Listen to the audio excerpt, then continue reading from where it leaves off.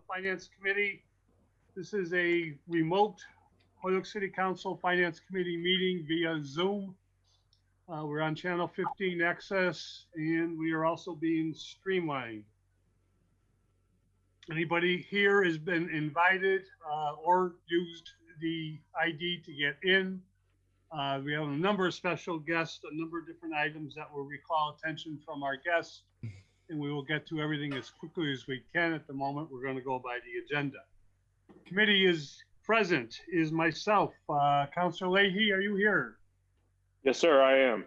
I see you now. Nice picture. Councilor Tallman? Thank you, sir. Here. Councilor Sullivan? Here. And who are we missing? Councilor Bartley. Councilor Bartley is at the moment not here. I believe he's going to join us, but we'll just, we're going to start because it's 6:33. Besides the members of the committee, also with us are Councilor Murphy. Councilor Graney, are you here? I am, sir. Okay, I'm starting to recognize that telephone number. It's a different one. I changed them. Uh-oh, maybe that's why I couldn't find it. And with that, let's get going. Item number 1 is a collective bargaining agreement between the Board of Public Works of the City of Holyoke, Mass, the UPSEU Local 424, known as the Holyoke Public Works Supervisors. Motion to take off the table item number 1 for discussion. Second. Motion made, seconded to take off the table for discussion. With us, we have Crystal Barnes, Mike McManus, members of the union. I think is Mike. Are you Mike Gallagher? Are you representing the union tonight? Or are you just present? I'm not representing the union per se. I'm joining in, but Matthew Morris is. And Matthew, I saw Matthew still with us. Yes, I am. That was with us a minute ago. Yeah, he's there. Yeah, I'm here. Okay, thank you. Anybody else representing the union or here to talk? Tanya, you're here with us just in case we need you, right? I'm gonna take that as a yes as you connect to audio. I know Tanya's had some audio problems when she connects in from home. Joining us is Councilor Vaca. I'm also here to represent, I'm the representative for the group. Who's that? I'm the union rep for the group, Roger Stolen. Roger, thank you. Glad to meet you and welcome to the meeting. Thank you. The chair's going to suggest that along with this, the committee take up items 2, 3, and 4 as a package. Motion to take items number 2, 3, and 4 as a package. Second. Motion made second to take items 2, 3, and 4 as a package. These are the transfers that would pay for the agreement. It's pay for the agreement itself for, well, we'll get into that in a second of this fiscal year and what's anything that's retroactive. So by tradition, what we do is we ask the law department to give us a run through of the agreement. A copy of the agreement, Crystal, was sent to us. It wasn't an MOU or MOA, it was actually the full contract. I looked at it. Is this the new contract that is in front of us now? Yes, so you have the fully incorporated contract. So I can go through the MOA. I had Mike McManus provide it to me so that we had like key points to kind of point you to. And I'll give you some paragraphs to look at. But I think, again, like the other DPW contract, this was done by former attorney Gina Perro and Hector and Mike and the union. So but I do have the MOA. I've read through it. I can give you some pointers, and then I'll let Mr. McManus kind of go through some of the finer details. But what you have is our fully done contract where all of these provisions have already been inserted. Okay, and I think that's the course to go. I'll remind everybody, both here with us and listening to us, the City Council's responsibilities is the appropriations necessary to pay for any new contract, whether they be retroactive due to the contract for a prior year, whether they be part of the current year, or whether they be part of future years. Initially, the votes that we take place would become in the form of transfers. There is no free cash certification to date, so at this time, the department head is trying to ratify this contract by submitting transfers within his current budget. Before we get to the appropriations, which is our own vote, and the contract cannot be ratified until we vote and approve on the appropriations, it's necessary or probably important for us to hear both from the law department, from the union, and from Mike McManus on the MOA, meaning what is the changes to the contract that was in existence, and more significant, what impacts does it have on any appropriations as I just detailed. So Crystal, if you could do that, that would be great. I can. So I'm going to give you some pointers that I came across that I think you'll enjoy or want to look at. And then, like I said, Mike McManus can kind of go through if I miss some that he thinks are important. This contract will run us through June 30th, 2022. They amended some of the vacation time to amend the amount of time that people have prior to taking their vacation to actually request it from the superintendent. It's going to depend on whether you're taking a day or two versus, 3 to 5 days on how much lead time you have to request that. It also amended some of the language as far as if while you're on vacation, for some reason, City Hall closes, the vacation day wouldn't be used against you. You need to notify the superintendent. License fees is paragraph 133. I'm sorry, vacation time is paragraph 114, if you want to take a look at that. License fees is paragraph 133. And license fees, it basically is saying that for employees that are renewing licenses or getting licenses, other than regular driver's licenses, the city's going to cover those. They have to obviously be approved by the superintendent. Going back to paragraph 114 with vacation days, they increased, there's a bonus that they get for not having unscheduled leave days. So say something comes up, you weren't able to give enough lead time for your vacation time or for your days off. They consider that an unscheduled leave day. So if you don't have any of those within a certain period of time, there's a bonus, and it went from $250 to $350 with this contract. They inserted GPS language that the department vehicles are going to now have GPS. In the event of discipline that's imposed upon an employee, the GPS data will not be the only evidence in support of that discipline. They'll look at other figures. Parking, and this isn't part of the contract, but it's part of the memorandum. They're going to start putting marked parking spots for office staff on the street, but there's no real amendment to the contract to that effect. It was just part of the agreement. There's something called standby pay, where basically people are on call, and it discusses the employees that are on the standby list. That's paragraph 64B, B as in boy. And basically it states that for how people are on call, who's going to be on call, and then if for some reason the superintendent decides not to have any more standby status, or when they resume standby status, that rotating list and where that picks up.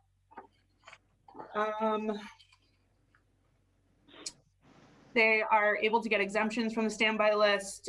Generally, it's falling under ADA. It has to get approved in writing, that they're getting an exemption. Wages, there's going to be an increase of 1.5% each year, and that's going to be retroactive to July 1st of 2019. They made some upgrades to certain positions. So they're going to move the principal clerk and the stenographer positions from grade 10 to grade 13. That'll be a retroactive bump. They're adding $1,000 at each step up to PS 22. That's going to be a retroactive bump. And Mike can clarify kind of what these all mean. They're adding a new PS 29 to the wage chart with wages at PS 28 with $1,000 added. The outdoor supervisor is going to be moved from that PS 28 to the new PS 29, and that'll be a retroactive.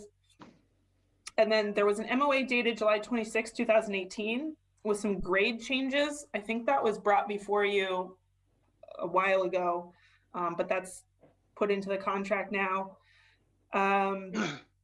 Paragraph 90, they're going to increase longevity pay by $100.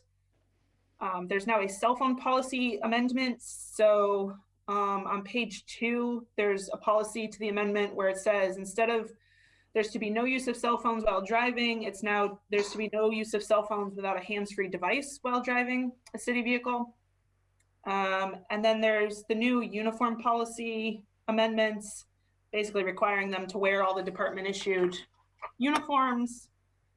The drug testing policy was amended as attached. I don't have the specific amendments to that, so Mr. McManus will have to, or I don't have them delineated here, so Mr. McManus will have to explain those. And then the grievance procedure was also edited and amended, which I think Mike might be able to speak to more clearly. But that's what I have. It sounds like a lot, but a lot of it is the wage changes and the grade changes. Crystal, the MOA from 2018, what's the financial impact of that? I don't have that. But you think it was submitted to us? I want to say yes. Mike, I don't know if you can confirm or deny that. I think we had like an interim grade change MOA. It was, and I think it had to do with the automotive supervisor. Went from automotive foreman to a supervisor position. Okay, I do remember that, Mike. Thank you. And now it's just, Crystal, what you're just telling us that, an MOA goes right into the contract anyways, doesn't it? It does, yes. Usually an MOA at some point will get incorporated into the contract in full. So it should be part of what you have in front of you. Okay, but we've already voted on it. I think so, yeah. It was a while ago. There could be no impacts by this contract, but Joe, you did already vote on it. It was incorporated a while ago. okay.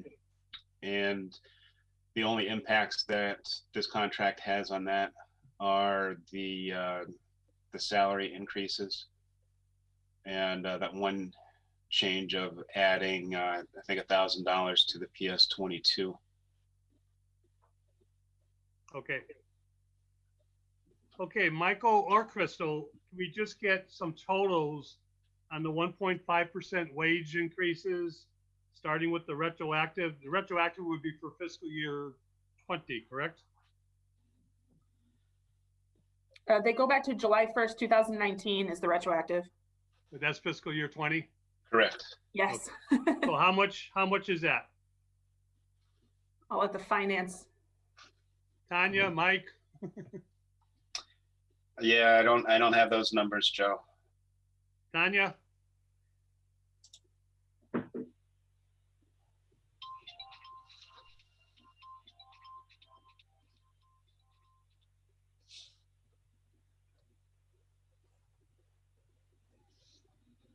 Sorry, Joe.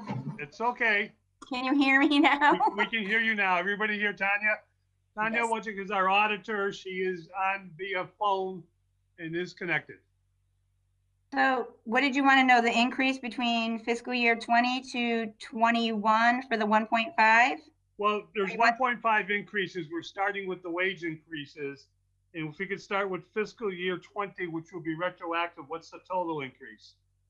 So fiscal year 20 to 21 is 12,244.87. 22. Crystal told us, just so I'm clear, because this gets confusing to me, not to anybody else, I'm sure. Crystal said the retro goes back to July 1st of 2019. So Which that is would fiscal be year in the 20. fiscal 20 budget. What was the total for that? 12,245. Okay, thank you. And then there's another 1.5% increase on July 1st, 2020. Correct, and Is that that's correct? 27,468.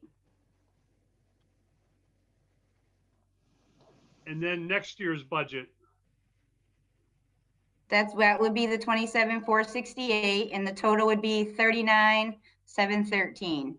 Okay, I'm sorry, is this a 3-year contract, Crystal? Yes. So do we have a projected 3rd year number? That is the fiscal year 22 is the 27,468. I didn't do the fiscal year 19 to 20, but I can get that to you. Okay, so the 12,000 is 245 is not the fiscal 20. No, that's the fiscal year 21. Gotcha. And then we're gonna get, we understand it's retro, and we're gonna get a total on fiscal 20 when you can. So the retro for 2020 is 10/8/23. Sorry.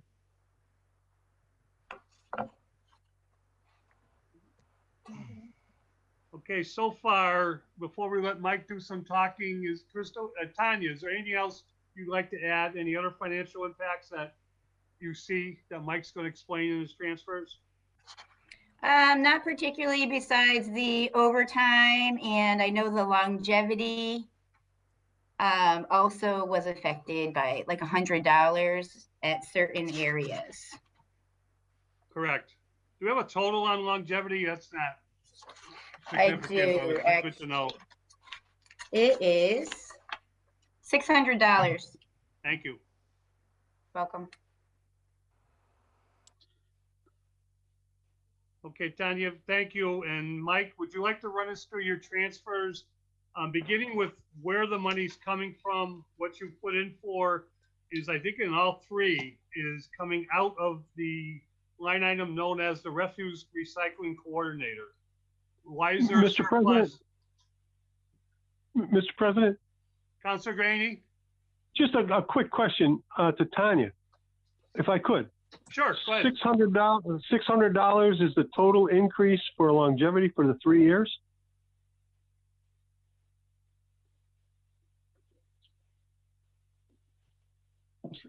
How many members do we have in this this contract? Matt, how many members do you have? 1, 2, 3, 4, 5, 6. And all positions are filled, Michael? 10, I believe. Okay. 1, 2, 3, 4, 5, 6. And they all get an extra 100? No, not everybody is eligible for longevity. Gotcha, thank you. And Mike, Howie, does that answer your question? Yes, it does. Okay, Thank you.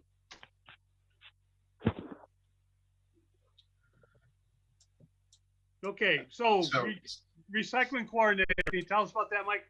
Yeah, that position's currently filled. However, the gentleman that's in that position is out on medical leave. And while he is out on leave, he's not using the salary in that position. So that's why we have the funds available there to So make the he's out on a transfers. personal medical leave, and not being paid any money by the city? He is being paid through the IRB, the income replacement benefit. All right, I'm not familiar with that. Is that the CARES Act? No, it's not the CARES Act. It's it's a benefit that they have in their through their union contract. Okay, no, I remember. That was in the laborer's contract that we just passed recently. It was also in the laborer's contract, yes. Okay, but where do those funds come from for this position? I'm not sure. It does not hit DPW's budget. Tanya? So that particular line item belongs to the personnel department and can be found in the back of the book with the other benefits such as insurance and legal claims. I think there's $75,000 allotted for that particular cost. And this medical leave is not work related? It is not work related. It's not a workman's comp. And insurance is paying his salary. I guess that might be loosely put. Correct. A portion. Self-insured of the self-insurance of the city is paying his salary. Correct. Okay, so that's why you have a surplus? Correct. Okay, and could you run through the items of where the transfers are going? I think we kind of got the gist of it, but you know, what's paying for the retro, what's paying for the increases to the current budget, and do you have any anticipated monies that's in your budget like you did with the laborers for this year, expecting this contract to be signed? So all of the salaries for this year were budgeted, assuming the contract would be signed. So these transfers are to pay for the retro associated with last fiscal year. Okay, so all transfers are just for the retro, which For last fiscal year. last fiscal year. And that's Alright. why you'll see there's transfers into the, the base pay for the Yep. position, the overtime for the position, the vacation buyback, and longevity for all of those positions. Okay, but Tanya's number and these numbers don't add up. Tanya, you gave us a number of $10,823 for retro for fiscal 20. Or Mike, is this including retro for this year too? Well, there isn't going to be any need for a retro for this year because the increase was baked into the budget. Okay, so why is your figures are a lot higher than Tanya's figures?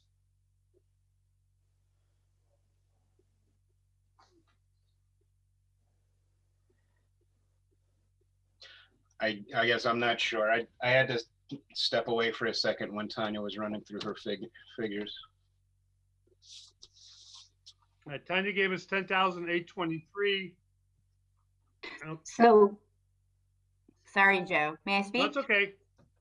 So the retro is just the salaries. It does not include the overtime. As for my figure, I did not include the overtime in those.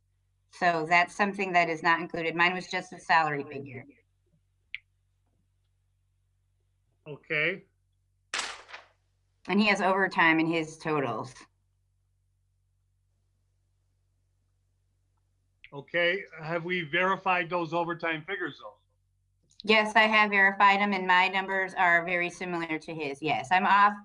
We're off on a few people, but he also has some knowledge that I don't, and I may have miscalculated too. I know that I've talked to Amy about it as well, and she was a little bit higher than I was. What's a little bit? I want to say it was like $3,000 or something.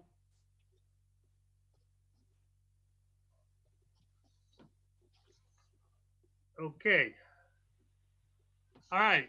We've heard from Mike McManus. We've heard from our auditor. We've heard from the city solicitor. The chair would like to hear from the committee about questions or any thoughts or comments that you'd like to make. I take blue hands or I can take hands waving in my face. Councilor Tallman. Yeah, thank you, Mr. Chairman. On the transfers, we're on the second one, on item number 4. I don't know if this is for Mike or for Tanya. What does a WW stand for? Wastewater. Okay, so the money's going into the treatment plant. Yeah, so our 2 clerks are paid out of the wastewater budget. Okay, Or 2 of our clerks. all right. And you stated that this is just for fiscal 20? These transfers? The transfers are to pay for the retro associated with fiscal year 20. Yes. Okay, but they will pay for the complete amount of money that is due. Correct. And the person that's out, is there a time frame when they may be back off of the IRB? No. There isn't. Okay. And the other question I have, will that job be I guess he has to keep the job until something either resigns or medically is left. But right now, that is, after this money is used, there's money in that line item again, right, for this year? Yes, yeah, we're not taking all of the money from that. We're just taking what hasn't been used to date.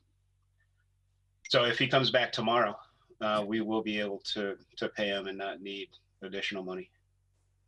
Okay, and that, also that position, is that putting a damper on your workload out there with that person being out? Yeah, it does. And I noticed you stated last month at the meeting with the other contract, you said that you'd be able to fill some of these positions temporarily. Have you done that with this one or no? No, that was just for the laborer's contract. Okay, so you don't know nothing in place to replace this person right now? I can't, no. You can't?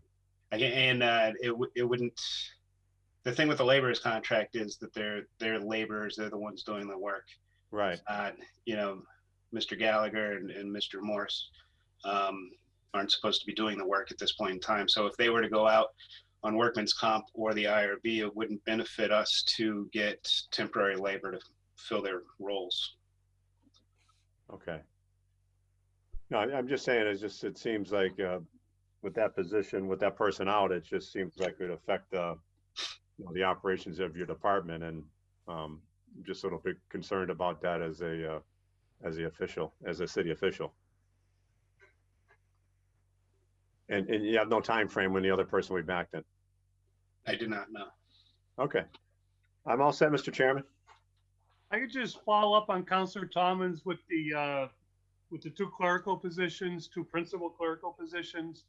Mike, aren't they in the city budget to do the work that connects with the wastewater treatment plant and with the management company? They're not, they're paid by the city under the wastewater budget. They work in DPW's office. They don't work for the management company. I understand that. And I understand that, the management company pays for certain, salaries and stuff like that.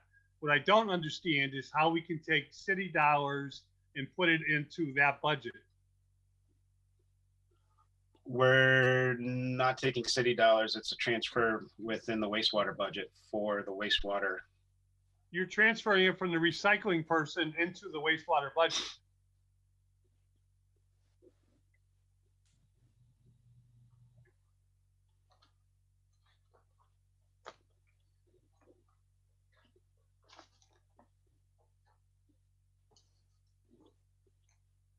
You see my question? Yeah, but there's also item 4. There's the transfer request of $96.50 from refuse recycling coordinator, and then $1,100 shut off program. I apologize. I missed that. That's my mistake. That's okay. Shut off program is what's in the wastewater treatment plant? Correct. Okay. My miss. You answered my question. All right. I don't see any blue hands. Anybody else? Councilor Bacon? Thank you. I just had a quick question on the reconciliation relative to the auditor's department, and hoping we could get that by the meeting when we vote on this. On the $3,000? Yeah. Okay. Tanya, did you hear that? I did, yes, and yes. Okay. So I make sure we're all on the same page. That's fine. Thank you. Councilor Murphy? Yeah, thank you, Mr. Chairman. Mike, just back to that person that's out. So if that person stays out all year, you have to leave that position vacant all year? Well, technically it's not vacant. Well, maybe not technically, but as far as performance, it's vacant, right? Right. The person's not working. And so money's coming out of that income replacement plan. Your money stays in your budget, if I'm hearing you correctly. Is there a limit on the, I assume there is, there's ICB can't make more than he would have made. No. I'm assuming he's getting paid exactly what he would have got paid. No. No? No, he's getting paid less than if he were working. And he's not working, so he's not eligible for any overtime. Okay. And there to the amount of time that this person can be on the IRB. There's a limit on time? I believe so. I think it's 6 months. Okay, 6 months. So let me just go back again to the work that is not being performed. So I'm going to make some assumption that this does something to either the level, the quality, or the volume of recycling.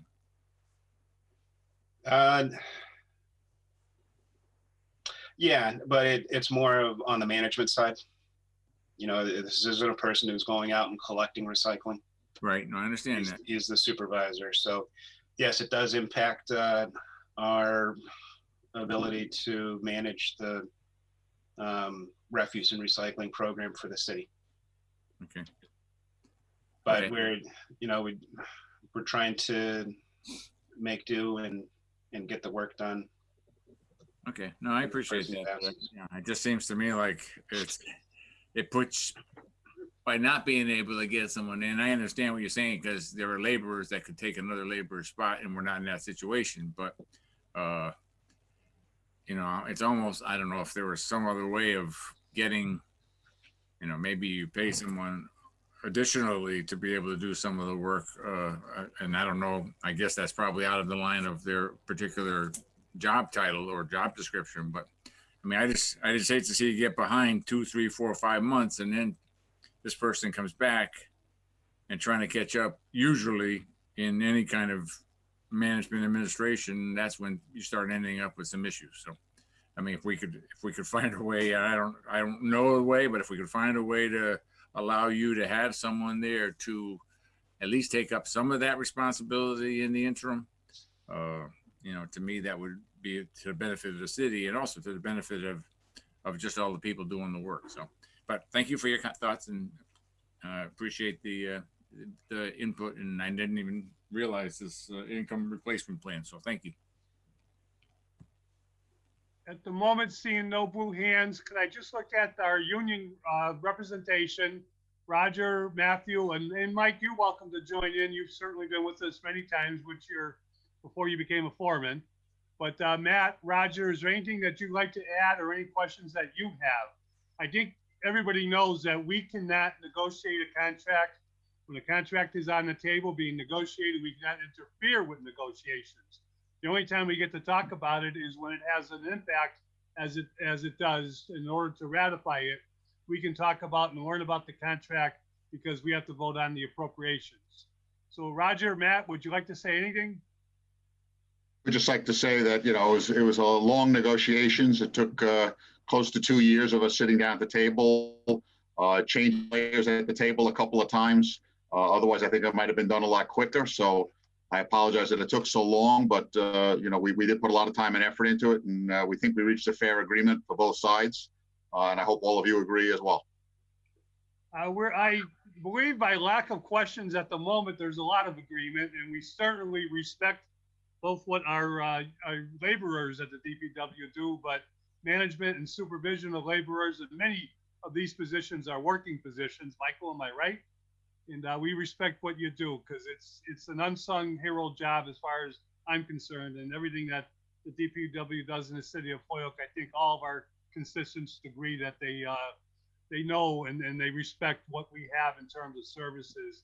It's not like other communities in the area, not to the full extent. But what you do is well respected, and thank you. We appreciate that. Anything else? Mr. President? Yes, Councilor Mr. President, quickly, I just want to kudos to the department, because I'm on the streets every day through the different neighborhoods, and these guys and gals, they do a heck of a job. So thank you very much. Thank you. Thank you. I'm just left with one question to our city solicitor, Christo.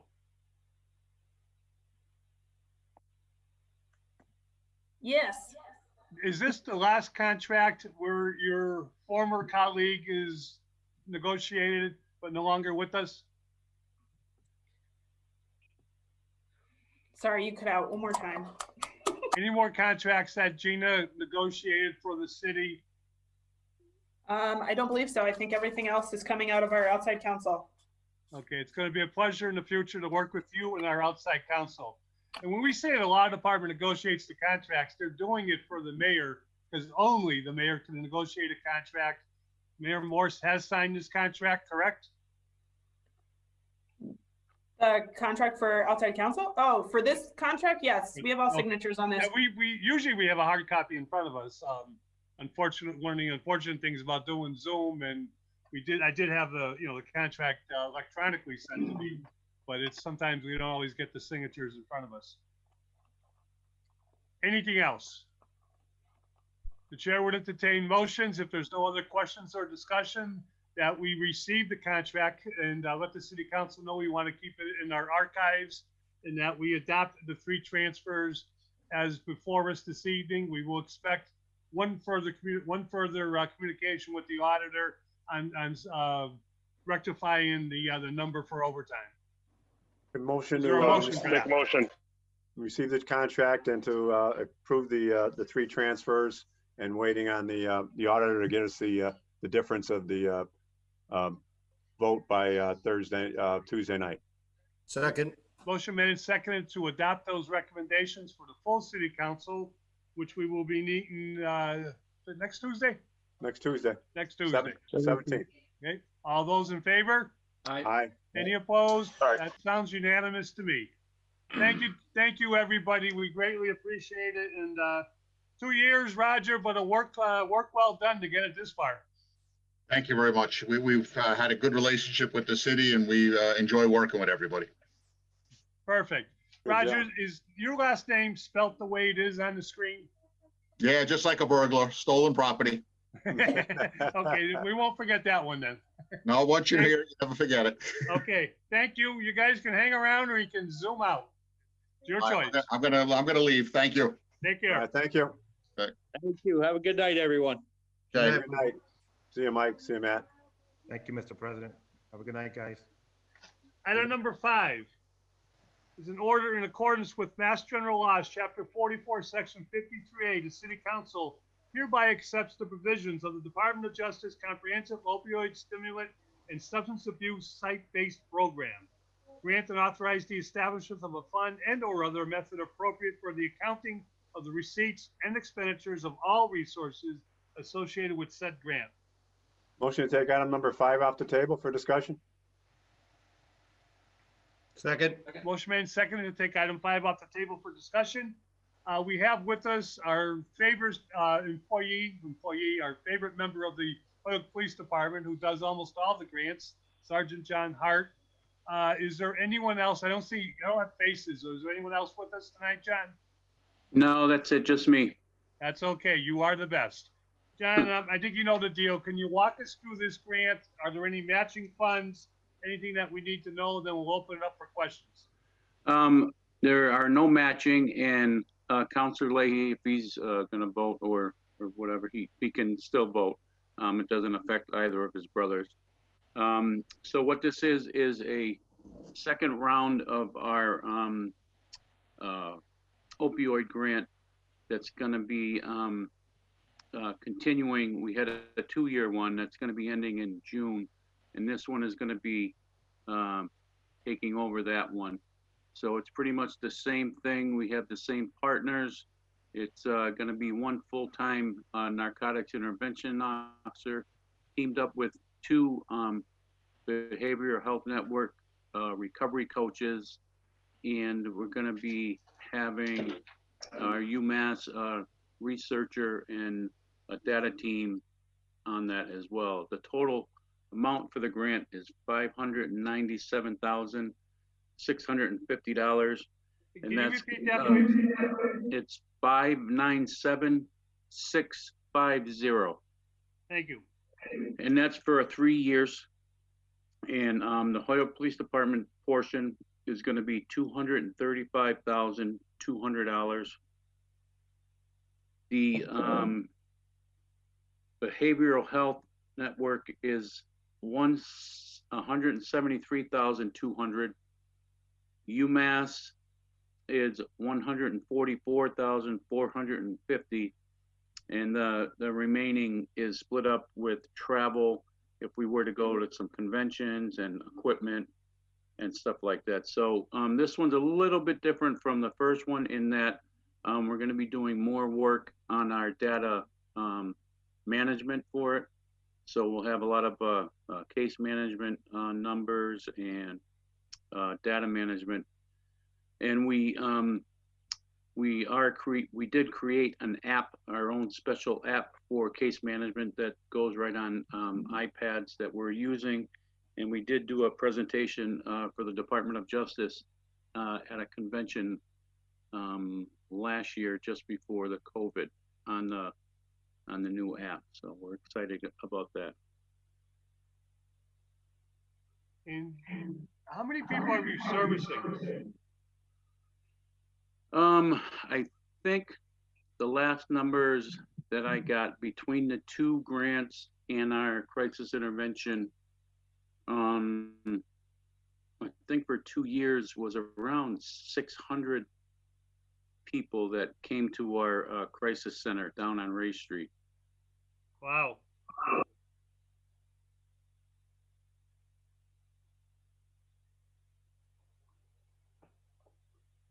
John, the BHNs, can you just identify them? That's the Behavioral Health Network. They're out of Springfield. Okay, that's okay. Yep. Sometimes that's a formal name for them. There are a lot of other people that just like Providence just calls what they do BHN. Right.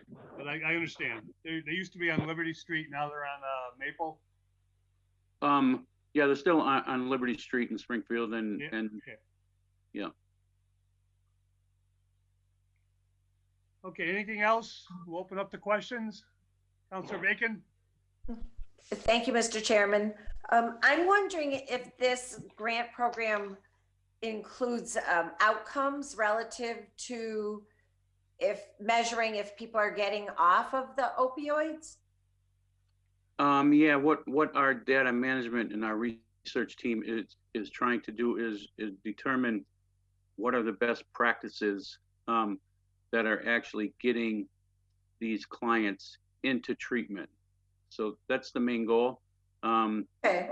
And we do have, the problems of housing, because once someone comes into our office and they're ready to go for treatment, we do have a lot of outreach connections where we can get transportation. We've transported numerous people to Worcester, wherever we can find an open bed. However, if there aren't any open beds, then there's the problem.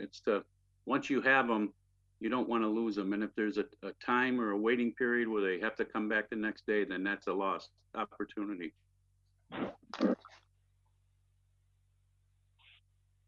All set, Councilor Bacon? I guess. Mr. President?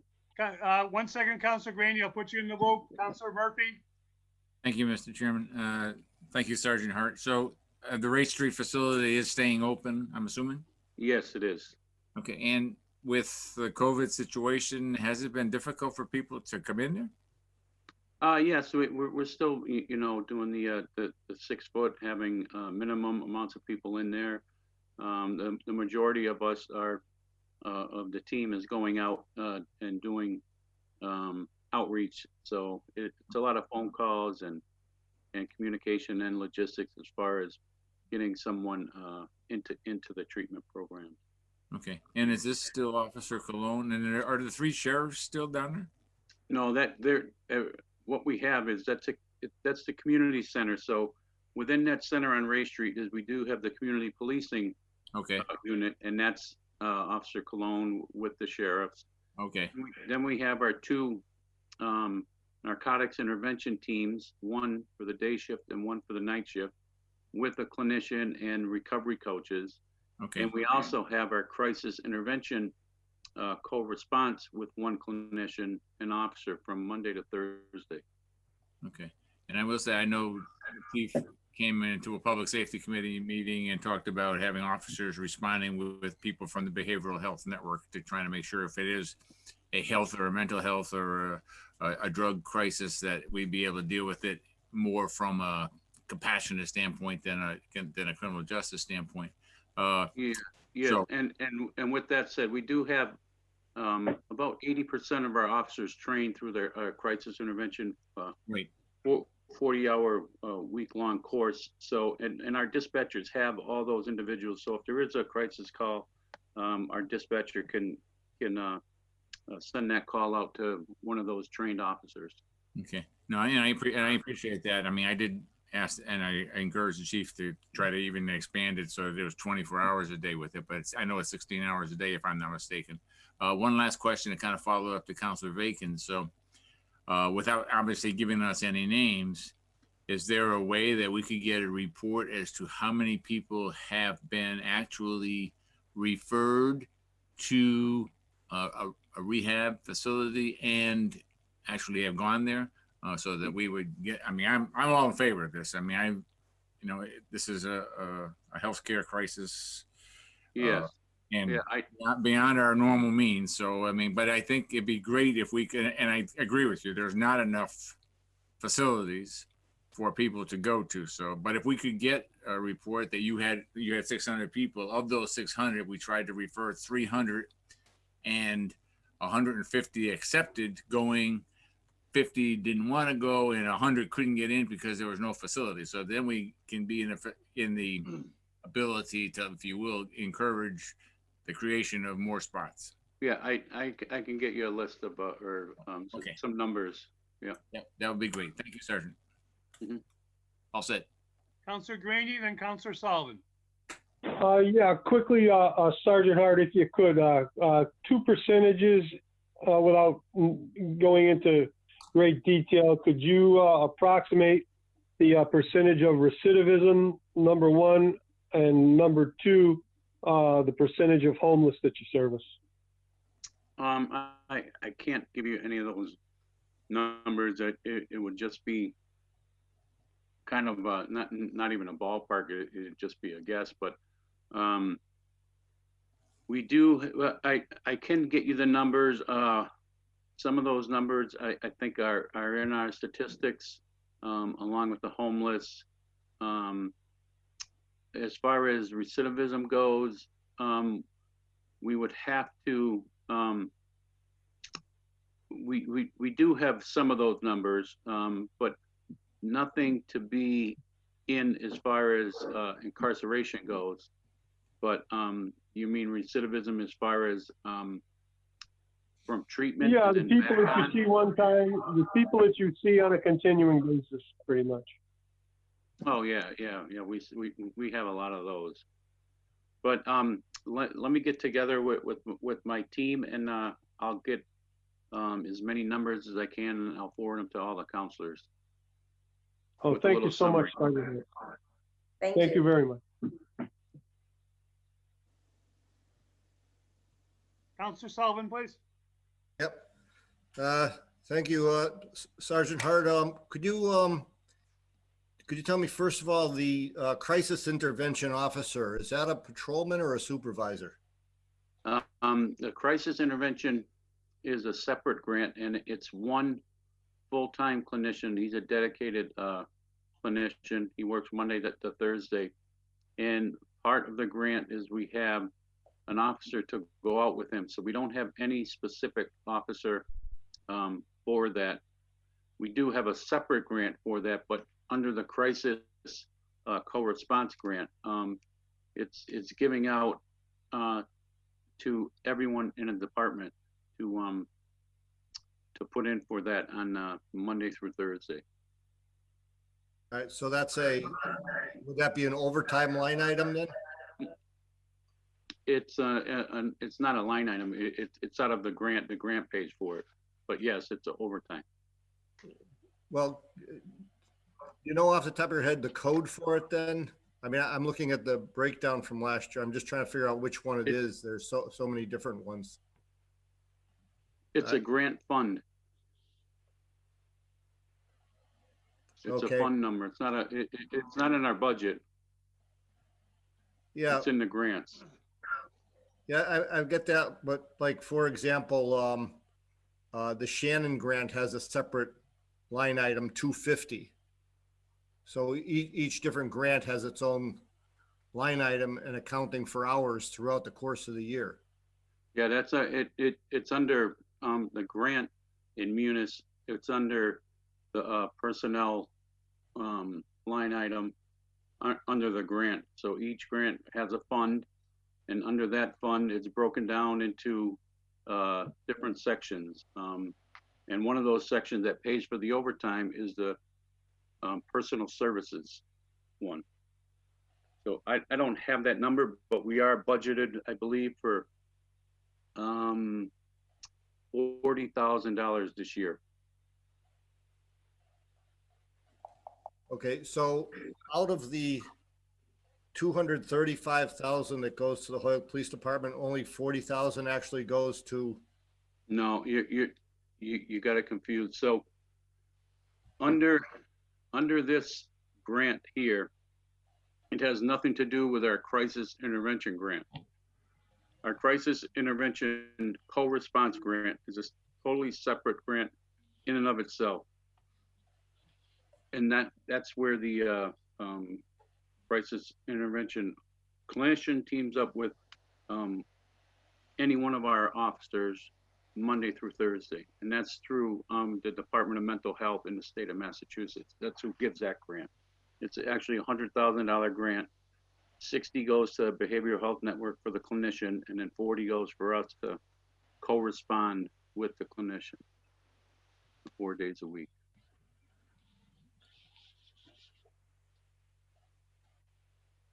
Okay, so I'm still a little lost there, because the breakdown you gave on the 597.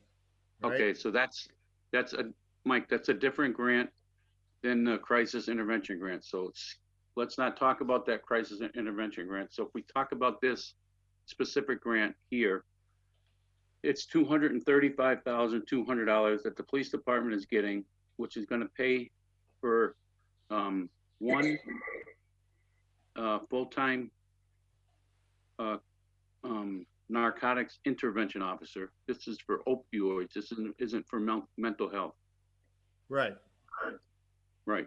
So that's different from crisis. So this and there's out of in the 235,000, there's money in there for that officer for overtime. So nothing comes out of our overtime budget for this position. Everything comes out of this grant. And under that grant, you're right, they do have the personnel services line item in that covers not only his salary, but you can also see the overtime for that person. All right, so that's, I think we're getting, so I'm not talking about a crisis. There's one full-time officer being funded out of this grant, correct? Correct. Okay, so is that full-time officer a patrolman or a supervisor? Patrolman. Okay. And in our regular budget, this patrolman is not included in the regular budget, out of the general fund? No, he is included.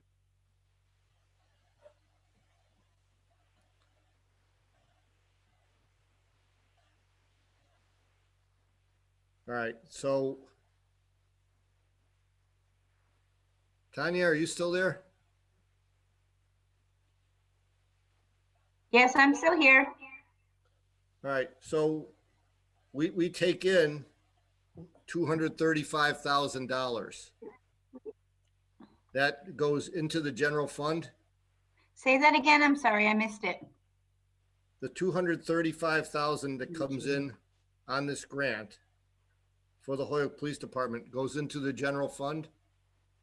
Nothing with the grant has to do with the general fund. So how can we be paying a patrolman both out of the grant and out of the general fund? Well, when they get charged out of the grant, they don't get charged to the general fund, and they have a savings in their general fund line item. A savings in the general fund line item. Correct. All right. Unless it's overtime.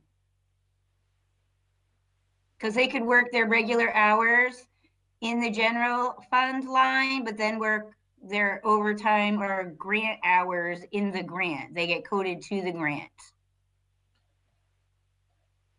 Okay, and so I'll go back to my question. We've been doing this for 2 years. Is there a code? Do you know the code for this particular grant? Like the Shannon grant is code 250. I don't really know what that code is because all the general fund, I mean, all the grant codes actually have four numbers. I don't know it offhand, but all the grants have different codes. Okay, could, sometime in the next couple of days, could you get me a breakdown on what the codes are for the different grant funds then? Absolutely. Okay, that's the only questions I have for now. Thank you. Do you want the fund balances as well? Yes, yeah, that'd be great. Okay, no problem. Is there any other discussion? Any other questions? Councilor Bartley? Thank you. Thank you, Mr. Chairman. Sergeant Hart, welcome. Just so I think it's a little bit confusing when we're just walking into this cold, but Sergeant, when does this grant start? I wasn't clear on this particular version of it. When does it start? Well, this one started 2 years ago. Yeah, the original started 2 years ago, and you said this Correct. one's a successor to the original one. Correct. And okay, and when does this successor grant has it started already, or is it? This one, no, we can't start it until it's approved by you guys and we get a fund number for it. But as far as the other one goes, we're spending down and we should be closing out in June. But we plan on with approval to start this grant January 1st. Okay, so this one will start January 1st, 21 is the plan, correct? Correct. Okay, and the current one, Sergeant, closes down in June of This June year, when? 21. June of 21. All right. All right, and then at that point, when it closes in June of 21, you'll have some kind of just a report for us on some of the questions we asked, I suppose, right? Yes. Okay, yeah, that's great. Yeah, you've been good about that, so thank you. And then just so I'm real clear, the 235,200, I know that's for the police.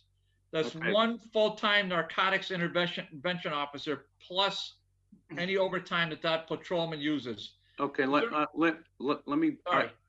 I got the breakdown for you, so you can get an idea.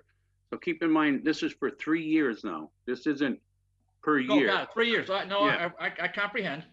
Okay, so there's a program director, and that's or program coordinator, and that's 22.5 divided by 3 for that, and then the narcotics intervention officer is 175.5 divided by 3. And then I don't have the overtime, but the overtime's built in.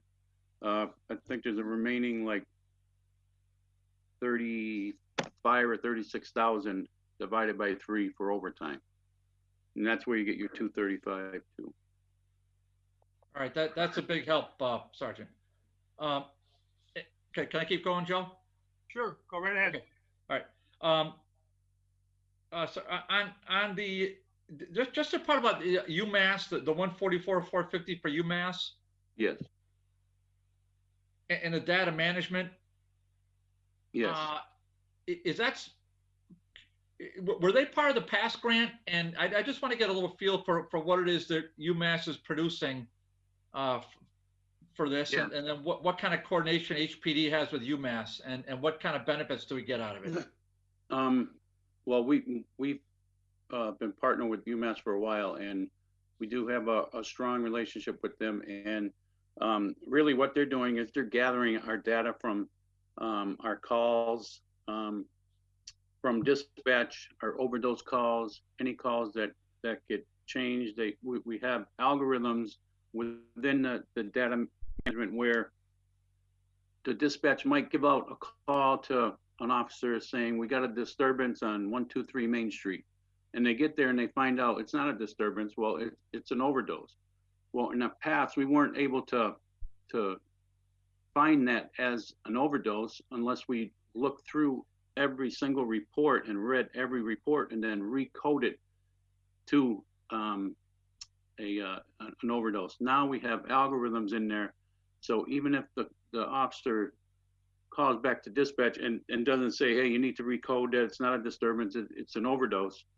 Somewhere in their report, if they put certain words like overdose or heroin or all those different words are within the algorithm that data management from UMass can pick up and actually get a more solid concrete number of how many overdose calls and substance abuse calls we're going to.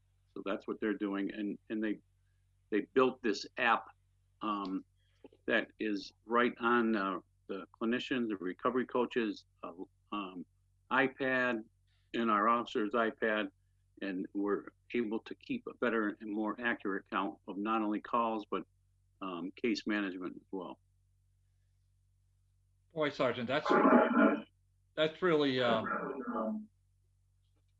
boy, I'm glad I asked you because I didn't know. Okay, so and just, do you know what department at UMass would kind of be? Yeah, actually, it's Dr. Mike Kresmian. He's with the Center of Youth and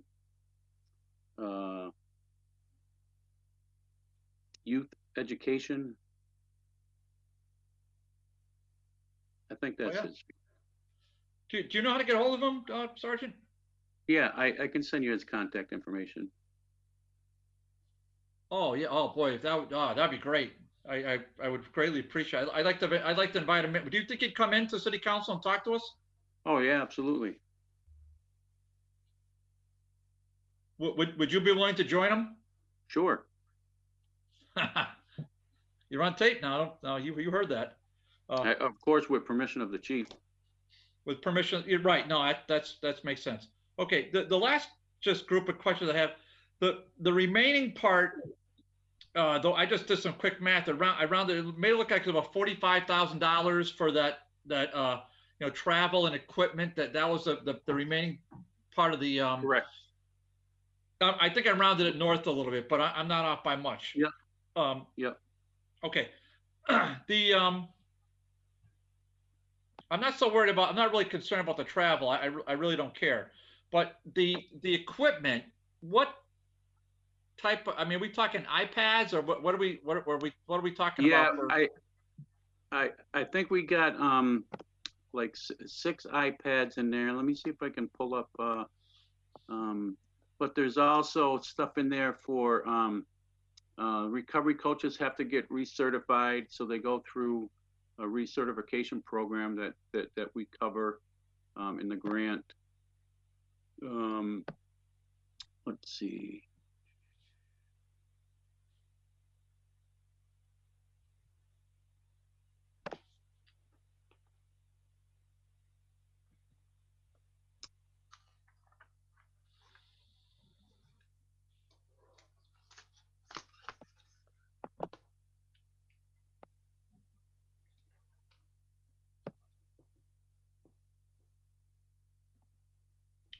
Well, so I don't want to make it too laborious, Sergeant. But if you can't find it like now, don't worry about it. If you maybe just email it to us. Don't kill yourself now, because okay. I was just curious. So I figured it was the iPads, but I wasn't sure whether technology, if you're buying things for the sergeants to carry with, sergeants, for the officers to carry with them, or for something for the vehicles or something for the station. I was just kind of curious as to what that might be. And then furthermore, if that could maybe supplement some of the things that we, maybe we don't have to pay for it anyhow. Maybe that'll help supplement some of our equipment budget. That's what I was thinking. Yeah, no, we so it's for their Recovery Coach Academy, their certificate program, data air cards. So when they're out in the field with their iPads, that they have service Just stuff like that. I'm looking to see if there's anything else.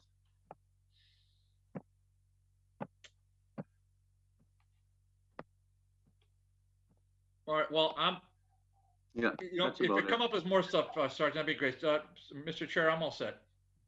Thank you, Councilor Barley. Is there any other discussion, any other questions or comments? Seeing no blue hands, seeing no hands waving. Yeah, motion Chair that will we, entertain a motion. recommend approval. Second. Motion made and seconded to recommend approval of this grant. And that recommendation will go to the full city council next Tuesday. All those in favor? All right. Any opposed? Looks unanimous. Thank you, Sergeant Hart. As always, John, you're on top of it, and there's some pretty Thank good you. questions this evening, and I'm glad you got the answers. We all are. Thank you very much. Not surprised. We just expect it. All right, thank you. Thanks, John. Have a good night. Have a good night. Item number 6 So, motion to take off table. Second. is a financial transfer of $3,656 from professional accountants audit, that amount 3656, to vacation buyback for the same amount. Motion is to take it off the table. All those in favor? Any opposed? We have our auditor with us, Tanya Wojcik. Are you still with us, Tanya? Yes, I am. That's the quickest response we've had all night. You must be getting good on Zoom. I'm trying. We all are, believe me. Tanya, I know I talked to you briefly. Can you explain this to us and give us some rationale for it? Yes, due to the COVID epidemic, I have 2 staff members in my office that are requesting 2 weeks of paid vacation. They do have 6 weeks of vacation each. They've been there 28 to 30 years. And I had budgeted in my professional services line a figure of $4,000 for the GASB 74-75 disclosures for retirement.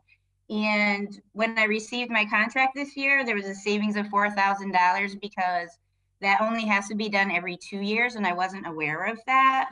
So I did say to them that I obviously do support it, especially with the situation that is going on now. Tanya, I think we all understand COVID, and everybody's doing it a little bit different when it comes to the impact it has on employees, certainly with the CARES Act and certainly with the money that comes in. And certainly when we have people that are working from home or at certain times cannot work because of a immediate COVID crisis within a building or within a department itself. I understand this and I support it, but I just want to ask you some general questions. Of course. When employees across the board, non-union, with extra vacation time, what is the mayor and the city's policy for buying back vacation time not used?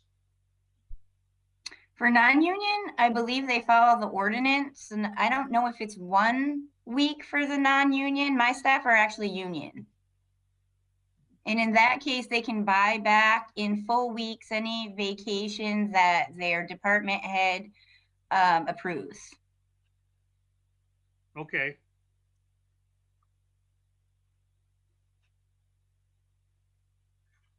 I'm sorry, I thought I saw the assistant auditor here. She actually belongs to NAGE. I forgot that one. I remember now. Thank you for correcting me. No problem. Okay, so this is within the union contract, and you, as a department head, are agreeing with it under the circumstances you just gave us. That's correct. Actually, I had budgeted 2 weeks for the assistant auditor in my budget, and it was cut. Okay. Any questions for our auditor? Any comments? Any motions on this line item? I'd like to make a motion to approve the transfer. Second. Motion made second to approve the transfer. Any further discussion? All those in favor? Aye. Aye. Is there anyone opposed? Okay, Tanya, that one's unanimous, and that will go to the full city council next Tuesday. Thank you very much. Thank you. Motion to take item number 7 off the table for discussion. Second. Item 7 is introduced by Councilor Murphy that the city requests the mayor, the Blighted Property Committee, and the HRA move forward on the demolitions for the remaining parts of the Armory building, with the report that just to shore up the building, the expense would be approximately $625,000. Potential cost of demolition looks like from between $100,000 to $150,000. It makes more sense to demolish the building, potentially seek construction of single or two-family homes that will complement the adjacent properties on Pine Street. Should we take item 8 at the same time? And I'd rather not, if that's okay. They're separate issues. Okay. Councilor Murphy, as the maker of the order. So thank you, Mr. Chairman, and thank you for taking this up. And again, I just think we have to come to a final decision on what we're doing with the Armory. I mean, we're talking just to shore up the building, to make sure, and I'm going to read, to make sure that the remaining structure shoring up its fundamentals so that the brick walls, thin, non-reinforced vertical planes do not collapse due to wind, ground shaking, or simply height relative to their thinness. And we've gotten an estimate that the cost of shoring up the building to make sure that it doesn't fall down, basically, is $625,000. There are 3 suggested ideas as to what might happen if we were able to shore it up, but to my knowledge, none of those are in the works. They're just ideas that are out there. One of them would be a light use, such as a farmer's market. The cost of doing that, including the $625,000, would be $1,050,000. A residential use would be some kind of apartment building. They were suggesting something along the lines of 24 units. The total cost of that would be about $5.5 million. And a commercial use, which sounded like they would have offices in the Armory itself, in that part of the what they call the castle. That cost was going to be approximately $6.3 million. I mean, it's been, I'm going to say, 12 to 15 years since the Armory's been used. We have tried to get people to come in and do things. Obviously, we saw part of the Armory fall down. You've got residents in housing there, and on the opposite side, who have seen this vacant, now a vacant lot in a building that I've been going by there today and yesterday. There's still parts that they're trying to keep boards in there so that it doesn't get water in there. And even those are sometimes opening up still. I mean, I think we have to make a decision. Are we going to spend $625,000 to hope that someone's coming in and do something? Or are we going to take it down and, we've had a lot of vacant lots that people have been interested in buying and putting housing and apartment complexes of their own. So, I mean, to me, we would have a better chance, based on what I've seen, of demolishing it and then putting that property out to bid and see just a vacant lot, like we've done on Dwight Street with a vacant lot, like we've done down in a few other cases where people are buying lots and now building up on them. So, I mean, I just think we have to make a decision.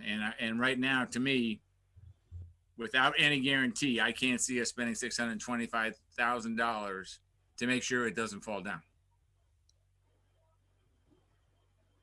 Thank you, Mr. Chairman.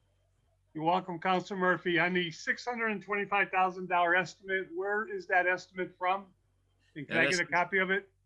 Yeah, you may already have one because it came in with HRA, but that was created for the HRA by Isaac Blair and Company, a firm with extensive experience shoring up historic structures. I'm reading right off the report that I got from the HRA.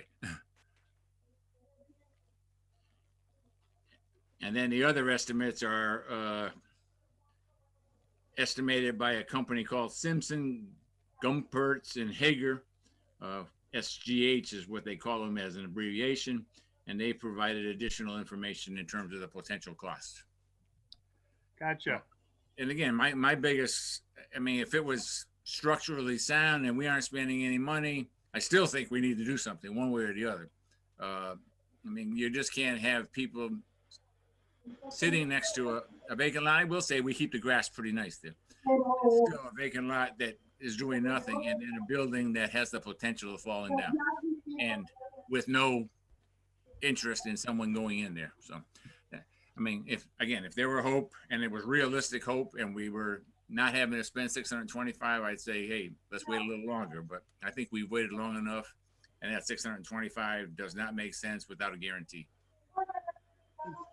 And the estimates that you used for the possible reuse of the property, both residential, commercial, and I forget the third one, where did those estimates come from? They came from that SGH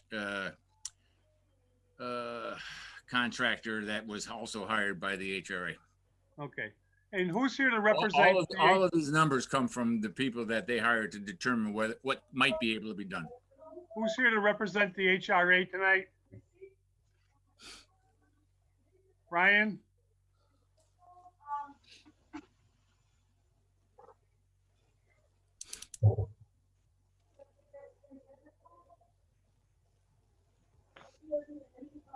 Mr. Chairman, Councilor Bacon? can we get that phone in the background muted? I'm trying to figure out who it is, Councilor Bacon. Can you see it? I can't see it, no. I can't see anything that's going on and off. Only hear it. I know. I thought it might have been in the background of Councilor Murphy.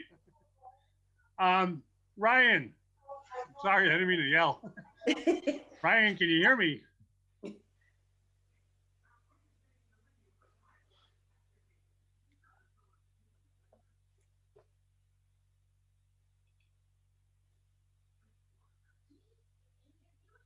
Oh, the noise is gone. Yeah. All right, I'm looking for representatives from HRA or the OPED office.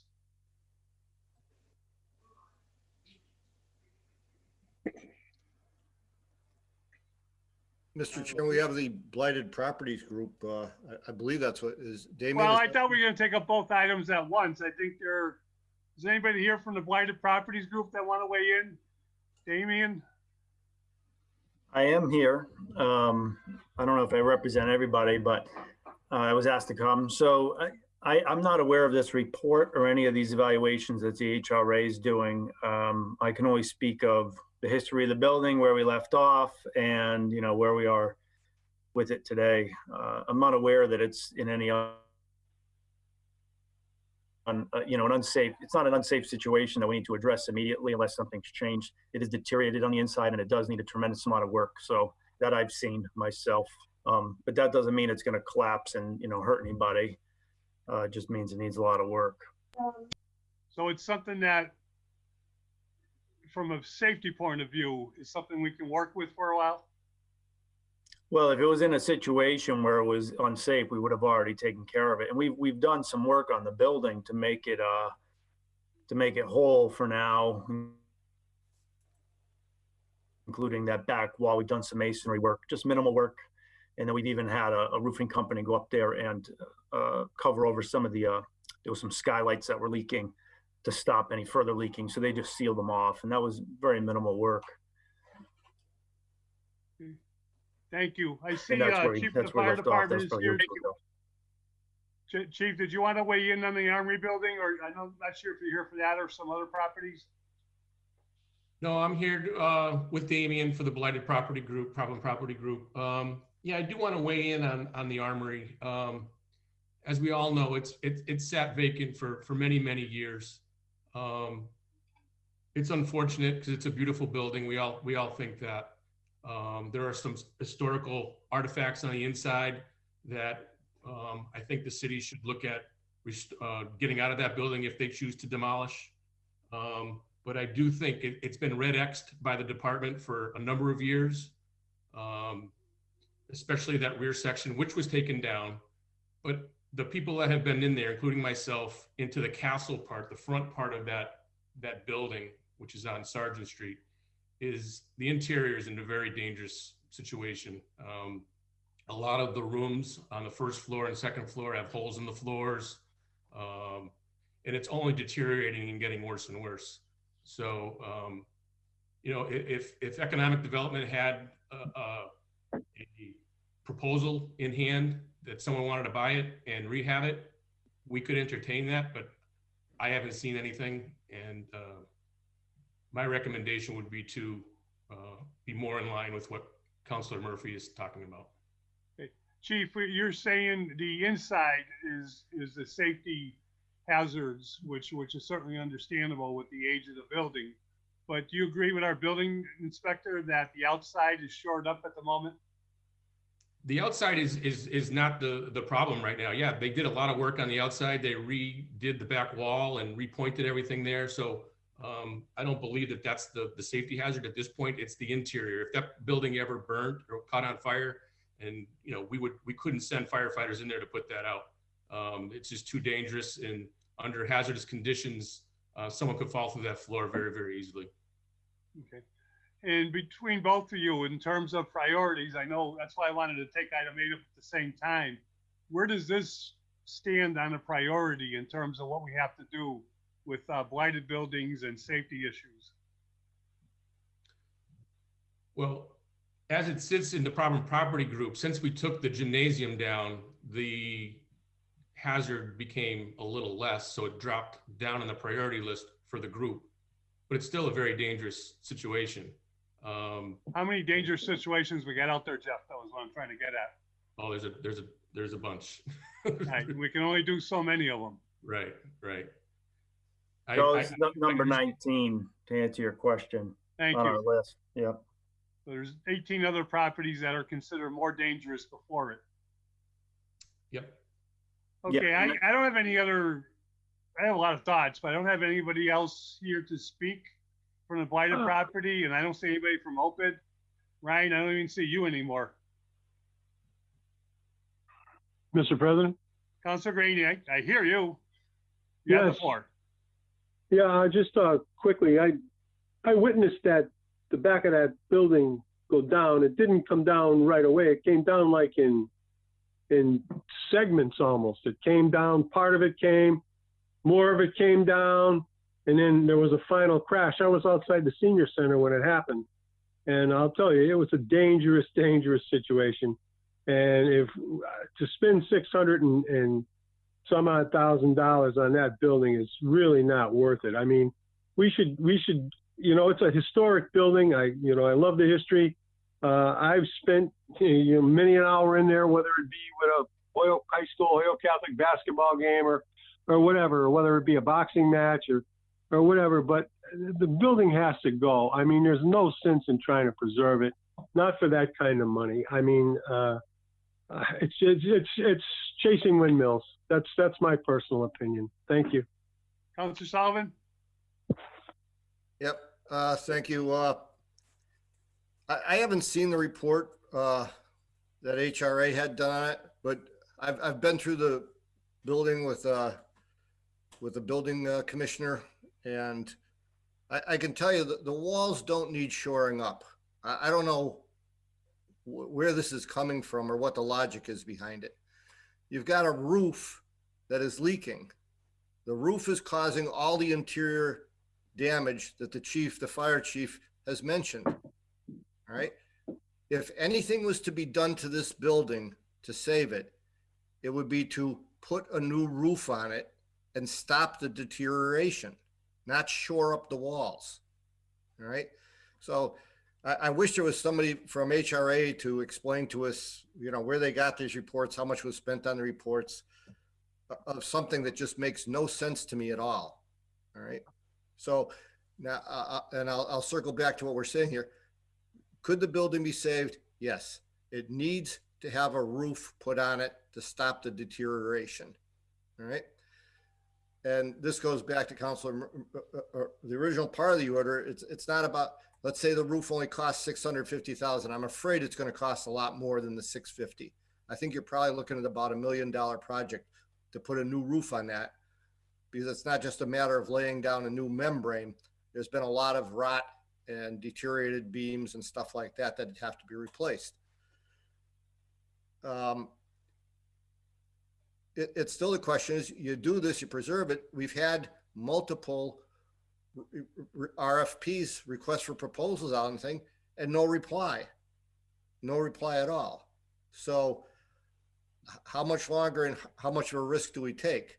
So to me, that's the real question. It ain't about shoring up walls. If we were to spend $650 shoring up walls and do nothing about the roof, you're going to have just a caged in debris pile inside. All right. You're going to have a brick dumpster. Now, as far as Damien, maybe you can help me with this. I believe the chief mentioned some historic artifacts. I believe we got everything of real value out of there and stored away over in the War Memorial now. That's correct. Yeah, if that's the same things he's referring to, they're the 2 plaques, and they're out and they're in the War Memorial. Okay. Is that what you're referring to, Jeff? Yeah, that was what I was referring to. If they're out, that's great. Thank you. Okay. So, we're back, regardless of what was said about shoring up walls. The matter is putting a roof on it, and should we spend that kind of money in the hopes that at some point someday somebody's going to come forward? Or do we get on with it, nobody's come forward, and open the property up for development? On the artifacts, I can tell you one of the artifacts is the scoreboard that kept the score for those Holyoke Catholic Holyoke High games. That scoreboard's up in the Westfield Armory, and no one seems to know how it got there. Councilor Murphy. Yeah, thank you again, Mr. Chairman. And I appreciate the allegiance to the Armory. Believe me, I'm a person who loves history, but I also have to face reality. And I've said this, and Councilor McGiverin, I've said this since the late 70s and early 80s. We need to either fix things up, or when they're beyond that, then we need to take them down. And I think this is the case where we need to take it down. And while I didn't want this to go into the next one because I had specific communications with the mayor on the next one, but I do think this could end up becoming part of the parcel about trying to get more of the demolitions down. And again, whether or not if the city decided to do something with Housing Authority or One Holyoke or anyone else and build some homes there or whatever, I mean, eventually we'll get some tax revenue, but we also would stabilize that neighborhood. And I know there's other things going on Sargent Street that we're trying to do that are trying to stabilize just a block or 2 down, so that the corridor on Sargent Street would become a much more productive and, if you will, from a psychological perspective, a much safer area of the city. So, I mean, again, I just hope that recognize this is, we have to make a choice. I mean, we only recommend, and my goal would be that we recommend that, knowing what's there, knowing the cost of shoring up, and as Councilor Sullivan said, that's probably not going to be solving the problem anyway, and that we don't have specific people interested that are ready to go and do something, that we decide to include this and take this down as well and move forward, and hopefully in 2 or 3 years have some new construction, hopefully homes or something along that lines, that will complement the 2-family homes that are already on the street. So I hope the committee will recommend that, and I appreciate all the effort to try to save it, but I think the time has come. And Councilor Murphy, I appreciate your argument, your concerns. I think they're shared by all of us. I just wanted to make and the reason I asked about item number 8, and I really got my answer from 2 members of the blighted building committee, is this is number 19 on the list of many. And that's 18 other priorities in terms of safety are in front of it. But with that said, I just want to clarify one thing. I have a lot of memories in the Army. That's not what my concerns or what my argument is about. My argument is the facade of that building with the space to do office, commercial, or residential inside the structure, which currently is safe to the outside, is very unique in terms of our historic preservation and buildings within the city of Holyoke. We have a lot of apartment buildings. We have a lot of commercial buildings. We have a lot of historical buildings. that Joe, are on I the don't mean list. to, Joe, I don't mean to interrupt you, but maybe Peter, can you press mute? I was getting ready to speak, but I can, yeah. Okay, well, Yeah. it seems like a Yeah, lot of well. background noise. Thank you, and I'll be quick. I just think, you know, it's that uniqueness of the Armory being that castle-type shaped building that you don't recapture. And I think, you know, we've heard from some developers, the Lynch School facade and things. I maybe it's a pipe dream, but the type of preservation I'm looking at is something that, you know, from an historical significance, but something from an architectural historical significance is worth taking a shot at saving. I'm not saying there's some, you know, private developer out there that's going to come in, but, you know, I think we could continue to look while we have a very long list of buildings that are far more dangerous that we need to address with demolition. And that's where I'm coming from. Councilor Tallman? Yeah, thank you, Mr. Chairman. I see your point, Joe, and I do see the history in the building, and it is a unique building, but I agree with Councilor Murphy and Councilor Sullivan that, I mean, how much longer can we wait? And the cost of putting money into this to shore it up, and at the time, I don't know how many years it's been trying to be marketed. We have nothing really substantial yet. And in that neighborhood, as a matter of fact, a year ago, we just put a new building on the corner of Pine Street. And a nice family from Springfield came in and bought, I think it was a Habitat for Humanity. I think that'd be a perfect area for 1 or 2 family homes to try to bring a little bit of, you know, flavor to that neighborhood, and the taxpayer, you know, that put a couple homes there to get some tax dollars for that. So even though it's a unique building and I think it's beautiful, and I've been in that building many times. Joe, when I tried out for Holyoke Catholic basketball, I got cut though from the team. So Sorry about that. Wasn't tall enough, I guess. But I just agree with Councilor Murphy and Sullivan that I don't know how much longer we can wait. And I think just the cost of, you know, trying to shore it up, especially with Councilor Sullivan's views on a roof, the cost of that is just astronomical. And I don't see how we could put the money in towards that. So that's my thought. Thank you. Councilor Bartley? No problem. Turn that off. Sorry, Joe. Yeah, let me first of all say to my friend Councilor Tallman, I think you're too young to have tried out when my dad was the head coach. So I know he wasn't the culprit. That there's no way he would have he would have seen the raw talent. I know that. I know that for a fact. So and he coached a lot of games, had a lot of great memories there, including one victory over Holyoke High. So that's that was a important milestone as far as he was concerned. Then I do agree with Councilor McGiverin in the sense that the uniqueness of the property and there's such history worth preserving.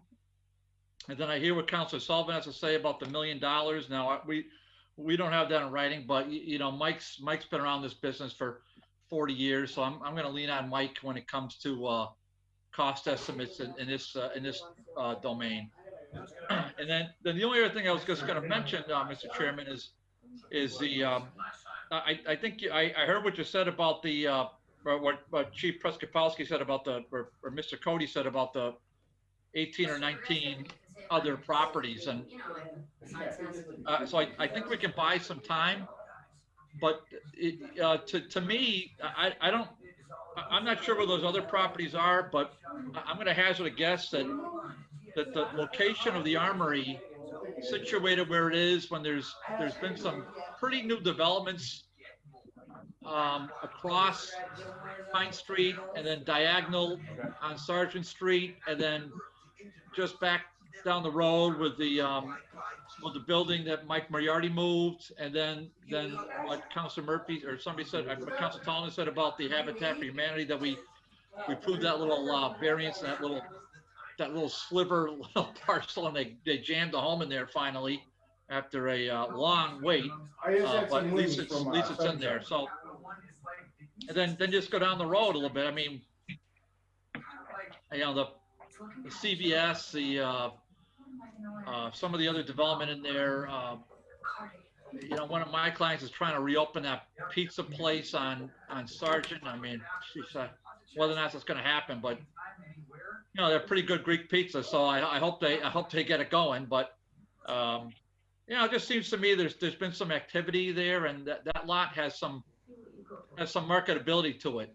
And that would be to me the reason why there'd be a little, just a, even though it's way down the list, there'd be a little sense of urgency on it. I know it's being reviewed by the Historic Commission, so they could maybe put the demo delay on it, and that's for 6 months. But I would hope that we'd see some activity on there next year, Mr. Chairman, whether it's a demolition or whether it's a buyer. I think 21 has got to be 2021's got to be kind of the when the bell tolls.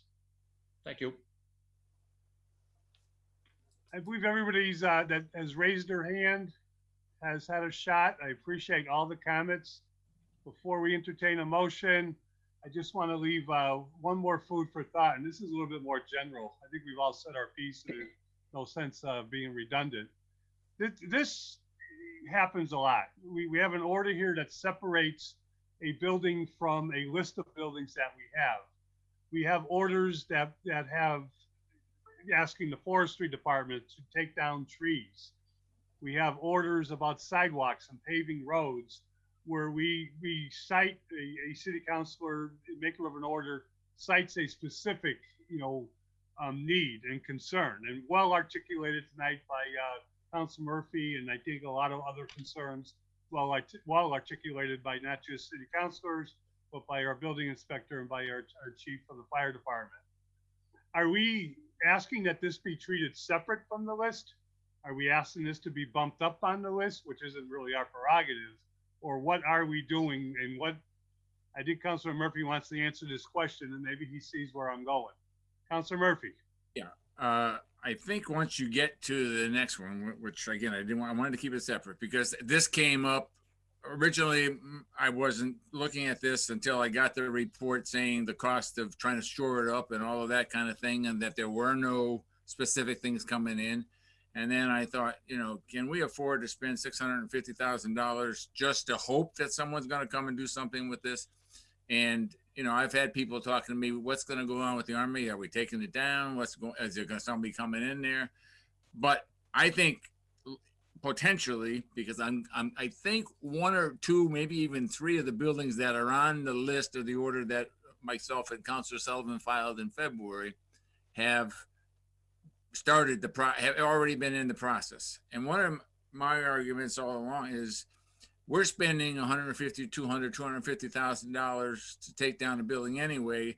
If we bonded to take down a significant number of the bad buildings, our annual expense would probably still be $250,000 to $300,000. But now we would have buildings that are holding back potential investments. Nobody's going to buy build next to a building that looks like it's going to fall down. I mean, I wouldn't think anybody's going to buy it. It'd be very doubtful. So, I mean, I look at it as an economic development that we bond for this, and we include the Armory. I'm all okay with that. I'm just thinking the Armory's got to get on the list and be pushed a little farther. And again, it's a key area. It's an area that's got a lot of traffic. It's an area that is not far from where we have some significant problems that we need to deal with. But I have no problem if we eventually add the Armory to the list. I got the list from the Bad Properties Committee in January at the request of the mayor with specific dollar amounts. So I just would hope that right now we include the Armory and we recommend that it be demolished because it's not on any list for demolition as of right now. Well, I'd appreciate a copy of the list because I've not seen a copy of the list.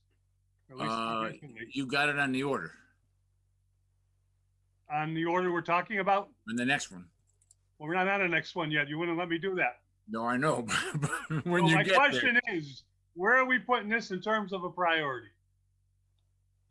Well, obviously the building committee tells you it's 19th, but I'm telling you maybe there are other things. But so what's our recommendation going to be, ladies and gentlemen?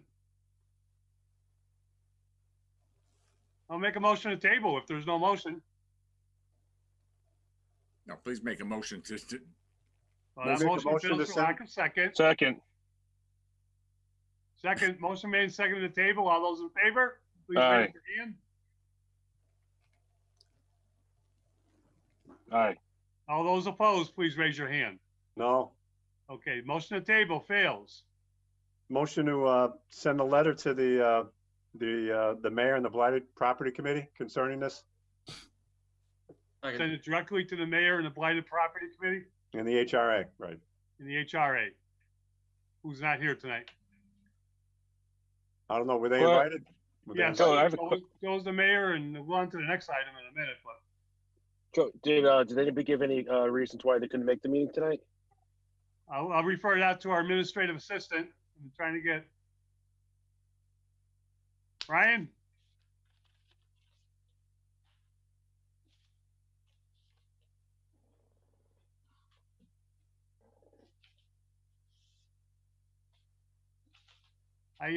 We're on Zoom. I can't turn around and say, Ryan, or go into the next room, but I'll get that answer for you, Councilor Leahy. But as of about 4 or 5 o'clock, I talked to Ryan, and there was, on these items, there was no feedback as to who was coming or who was not coming.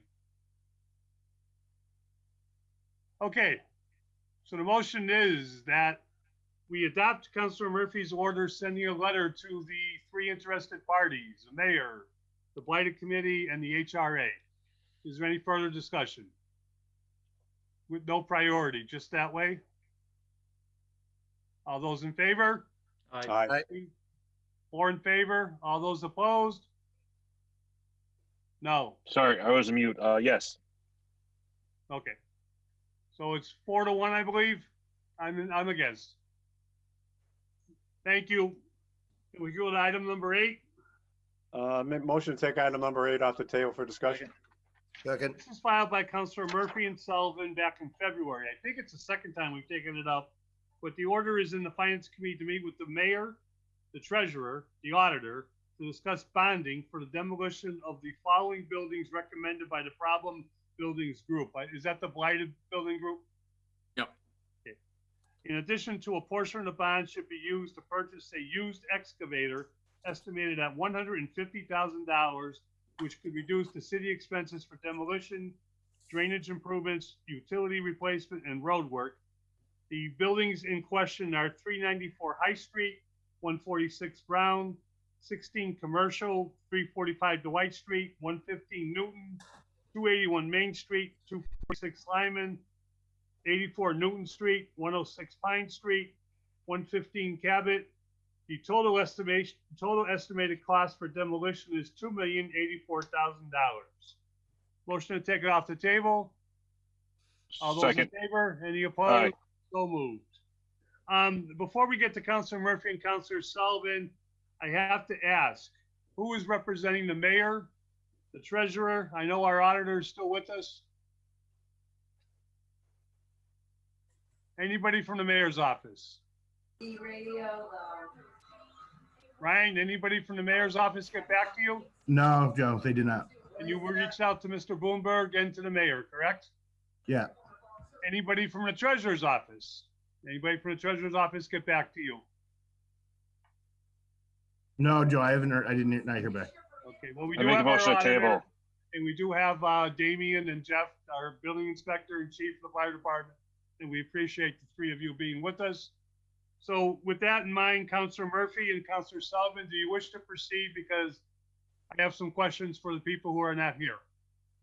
Well, I certainly would like to at least bring up to start off the discussion, and obviously I'm very disappointed that someone from the mayor's office and treasurer's office did not come, because we started this originally. I think I filed an order with Councilor Sullivan back in October, but I didn't have specific properties and I didn't have a specific dollar amount. In January, on January 6th, I received an email from the mayor, and this is basically, we were talking about the properties. I am open to it. I would only support it if I am presented with specific buildings, those deemed the highest priority by the Problem Property Group. Some of the worst are likely privately owned, such as the one owned by Berenson that is now getting demolished on High Street. So after I got that email from the mayor, which indicated potential support, I then got a list of these properties as the worst properties at that particular time. And this is back in December, January, with both a status on them, what they were, how many are owned by the city, how many are private, and the estimated cost of demolition. And I believe, Mr.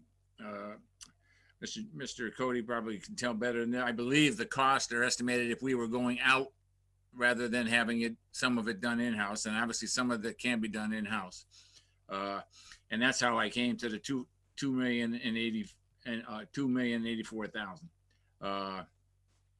And again, same theory.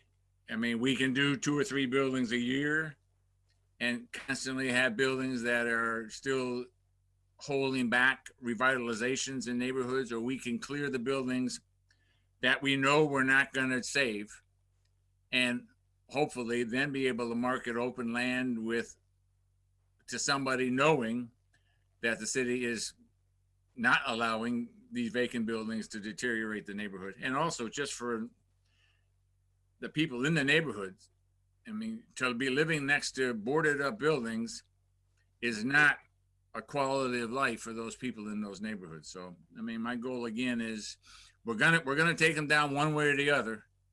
And I would much rather see us take them down quicker rather than slower. And net effect in terms of our expense is probably the same year to year if we bond, but the impact in terms of what revenues we might take in, this would be a benefit because people are going to take these vacant lots, they're going to buy them or they're going to get them from the city, and they're going to start to do something with it, just like we've been doing with some others. I understand this accelerates the process. And then, again, the mayor's email to me certainly indicated that if we got that, he would certainly be, I would only support this if I am presented with specific buildings, and that's exactly what this order does. But thank you for taking this up. Councilor Sullivan, anything to add? I'm just shocked at the lack of response from Room 1 on it. Not being here for this. It's a couple of questions for Damien, if I could. Yep. Damien, the building that we're finishing up right now, is that 394 High Street? Yes, 394 High Street. Okay. Any idea, are we coming in under budget on that now? I haven't had a chance to figure out anything about the budget on that. Our estimates, of course, were a lot lower than what we would have paid out to a contractor. So I don't know, and I'm not sure if he has those receipts and everything for how much loading was done. Yeah, quite a bit. But yeah, that was a sizable building. Yep. Yeah. Just as a side note, if anybody, I think, Joe, I think I sent you a photo on it. I know I couldn't send Terry one. I know David saw one. But the estimated cost we had, we're having outside contractors doing. This one's actually being done by the city demolition team now. And it's a good example of what we could be doing. And it's another also good example if we had that piece of equipment.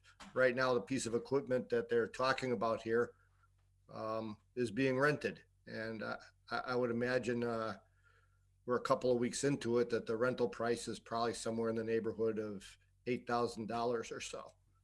So that's, an interesting side note, and anybody's got a chance to go by, they ought to take a look. It's been a tremendous job, a very technical job, and performed by a city crew, not,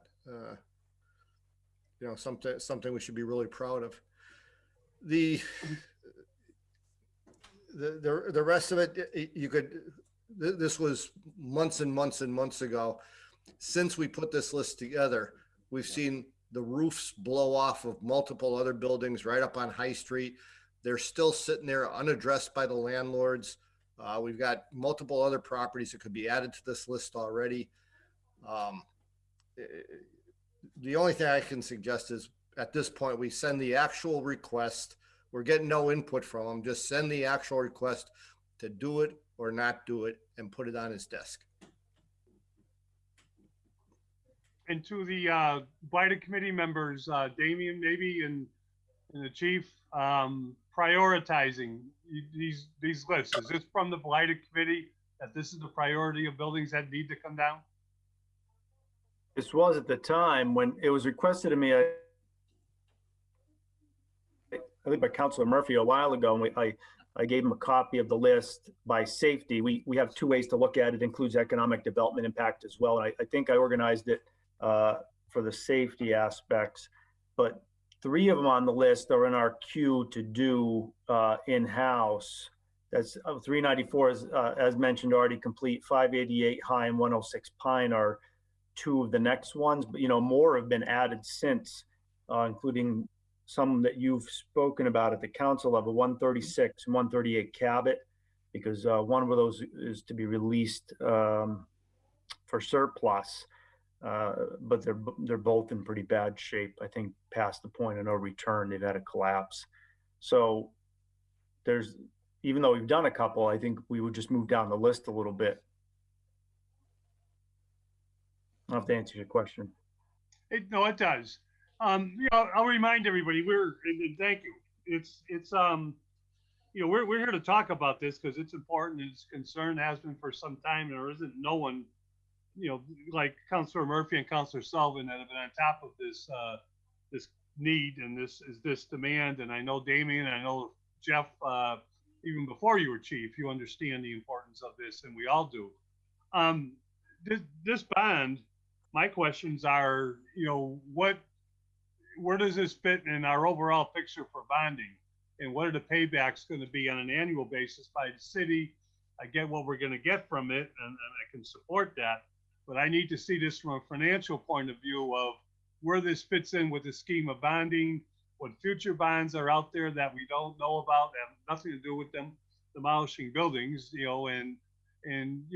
that's where we need the mayor. That's where we need the chief financial officer or representative of the mayor. That's where we need the city treasurer. And I don't know, is the auditor prepared to speak on this?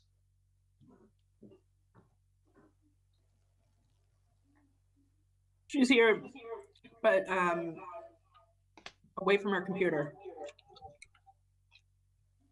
Okay, why don't I go to Councilor Murphy and maybe come back to that? Well, Councilor Tallman had his hand up first, and then I'll. Sorry, I didn't see that. Councilor Tallman. Yes, thanks, Mr. Chairman. I agree. This is definitely something. I mean, there's more buildings that are being added on, and I really agree that the investment. And I think Councilor Selwyn brought about this excavator about. He showed us a picture of about a year ago, and how much this would be helping us to take down some of these buildings. And I did go by the building on High Street at 394 High. I think they're doing a great job down there. I was there, I think, a few days ago, driving down High Street, and not realizing they're already doing 2 other buildings in-house. But just to think the amount of buildings that we could do if we actually did get some kind of bond to try to knock down 10 buildings or 12 buildings. Because every year it's just going to be added up. I mean, you got 10 buildings on here now, and actually this was from a year ago. You're probably going to down to 7. You're going to have probably 12 buildings on there now, and next year it's going to be 16 and then 18. And but I think we do need to hear from the mayor on this and the treasurer. What is our bonding capacity? How much can we afford? And what is the sort of return on investment if we do take these buildings down? Are there willing people out there willing to invest in the lots or the properties to build on? So, but I think I agree with Councilor Sullivan and Murphy, and I know I talked to Terry about this. I think this is a way to go about it, because when are we going to wait till buildings come down before we have to take them down, or before roofs are coming off with the bad weather, with the deterioration? So, 2 or 3 buildings that we take down, and 2 or 3 less buildings that we have a hazard with, and we have safety in these neighborhoods. So That's my point. Thank you, Mr. Chairman. Councilor Murphy? Yeah, thank you, Mr. Chairman. And thank you, Councilor Tolman. Just a couple other things.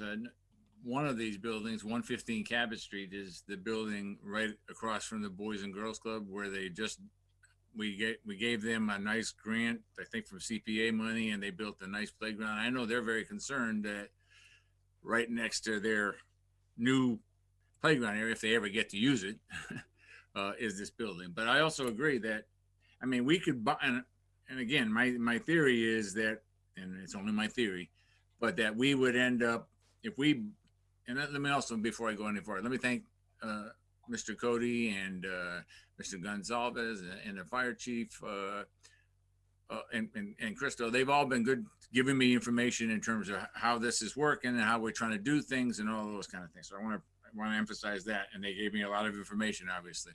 But you know, some of this would be a bond, and we would end up, if we knew our demolition crew could take down 3 or 4 buildings in the next year, and Mike would be much more in tune to let me know if that's possible, then we could add another 5, 6, or 7 buildings that we would bond for. And again, I mean, we are, I kind of do it like we got a leaky roof, and we don't want to borrow money to, we're going to try to let the roof stop raining so we're not leaking. I mean, we've got leaky roofs all over the city, and we need to get the leaky roofs fixed. And that's, I mean, I appreciate what the problem property does, and I appreciate the list, and I agree that the mayor and the treasurer got to give us an idea of what it would cost, how much we could afford. And I think we should afford as much as we can to cover as much of the demolition, so that maybe we get close to the point where we're not saying we still have 10 or 12 or 14 buildings that are going to be coming down in future years. We get to the point where we may say we only have 1 or 2 buildings that are a problem now. And maybe the problem property group gets to take a couple of days off. So I appreciate you bringing this up. I think this is crucial to the revitalization of the city. I think it's crucial to the quality of life in those neighborhoods where so many of these buildings are. And I just think it's the right thing to do. It's the right way to spend money. And I do think in the long run, it'll pay for itself. And I also compliment Council Sullivan for coming up with, not coming up with the idea, but the excavator, which we added to the order. And I think that makes a lot of sense as well, to help our crew do a better job and save money. Thank you, Mr. Chairman. Councilor Barley? Oh, yeah. Was Pete and Mike, you had your hands up? You guys good? I've got a few things to add here. Well, okay, yeah, Mike's more important than me, Mr. Chairman, but I'm just gonna be real fast. So, we said, if you recall, Mr. Chairman, I did ask the president to reach out to the mayor. I don't know if anybody recalls that a couple of meetings ago. I think I might have been the only one that asked the question, but and the mayor's response through, well, first of all, the president of City Council said, he reminded us that the mayor's under no obligation to appear at these meetings, Mr. Chairman. You know, the council president said, we write orders, but he's not ordered to appear. And then it sounded to me at the last City Council meeting that he did follow up on my request. And I don't know what you heard, and I'm being rhetorical, Mr. Chairman, obviously, but you know, I'm sure nobody's going to answer this question. But I didn't hear a willing yes by the mayor's office. So I take the president at his word that he did follow up with my request. Because if you recall, we had 3 meetings just before that one, where where no one from the mayor's office came. So you know, we just had like I said, 2 points. One this is both from the president. One, well, he's not obligated. And second, he said he tried. So hope that helps. Thank you. I can't tell you which hands went up first, but Damien, did you want to weigh in first to answer something? Just one quick thing. You know, Mike McManus told me that they're looking for an excavator, so it's not just for the group or for the demolition team rather, that I'm not quite sure what the purpose is, but he has a need for their own department, independent. So the purchase of an excavator is something that they're looking for. And you know, if we had the money, the idea would still be, I think, to save the maximum amount. And I don't see any reason why our team wouldn't be able to take down a building a month for the year, the first year, you know, off this list. Counselor Sullivan?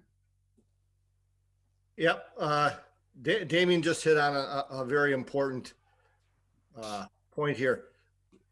We could take down a building a month ourselves, all right, with the right equipment, number one. And number two, bonding isn't the only solution. That's why we wanted to have the mayor in here to discuss this, right? Bonding's not the only solution. When we originally not funded, but proposed the demolition team, it was supposed to have 3 members, right? They've never, the mayor has never funded more than 1 position. The other 2 have remained unfunded now for 4 years, I believe, all right? Mike McManus has been good enough to have a qualified person at DPW to put out there to work with our demolition supervisor. And that's how we've been able to accomplish what we have. The other, it doesn't have to be done through bonding. We could have a discussion about doing this out of the stabilization fund. It's a good discussion to have. I know the council's always been reluctant about it, but it's a good discussion. This is a one-time thing and would be a good use of, in my opinion, a good use of stabilization fund as well. Maybe not bonding. And as far as the number of buildings, if we got a dozen done this year, there'd be a dozen next year and a dozen the year after. Because one of the things I've learned is we're not taking in, the city's reluctant to take in as many properties as are possible. It's just as they work through the system, because once we take them, the liability's on us as well for the ownership now, right? So we're not moving them through the pipeline as fast as we possibly could. And the backlog out there of buildings that either need to be torn down or be moved along in the process isn't happening because we don't have that capacity to deal with it. If we do take a property and then an RFP goes out, just, you know, it could be on a residential home, it could be on an apartment building or whatever, an RFP goes out and nobody responds to it, now we're stuck with it again. So we don't move as fast as we should on these because we've got this plug in the pipeline here also called we can't get rid of them fast enough if there is no taker. Councilor Tomlin, did you have something more?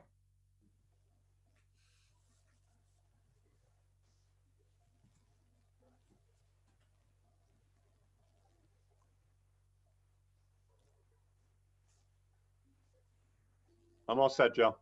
Okay, thank you. It sounds like we are the finance committee. You know, the arguments I'm not disputing of demolition.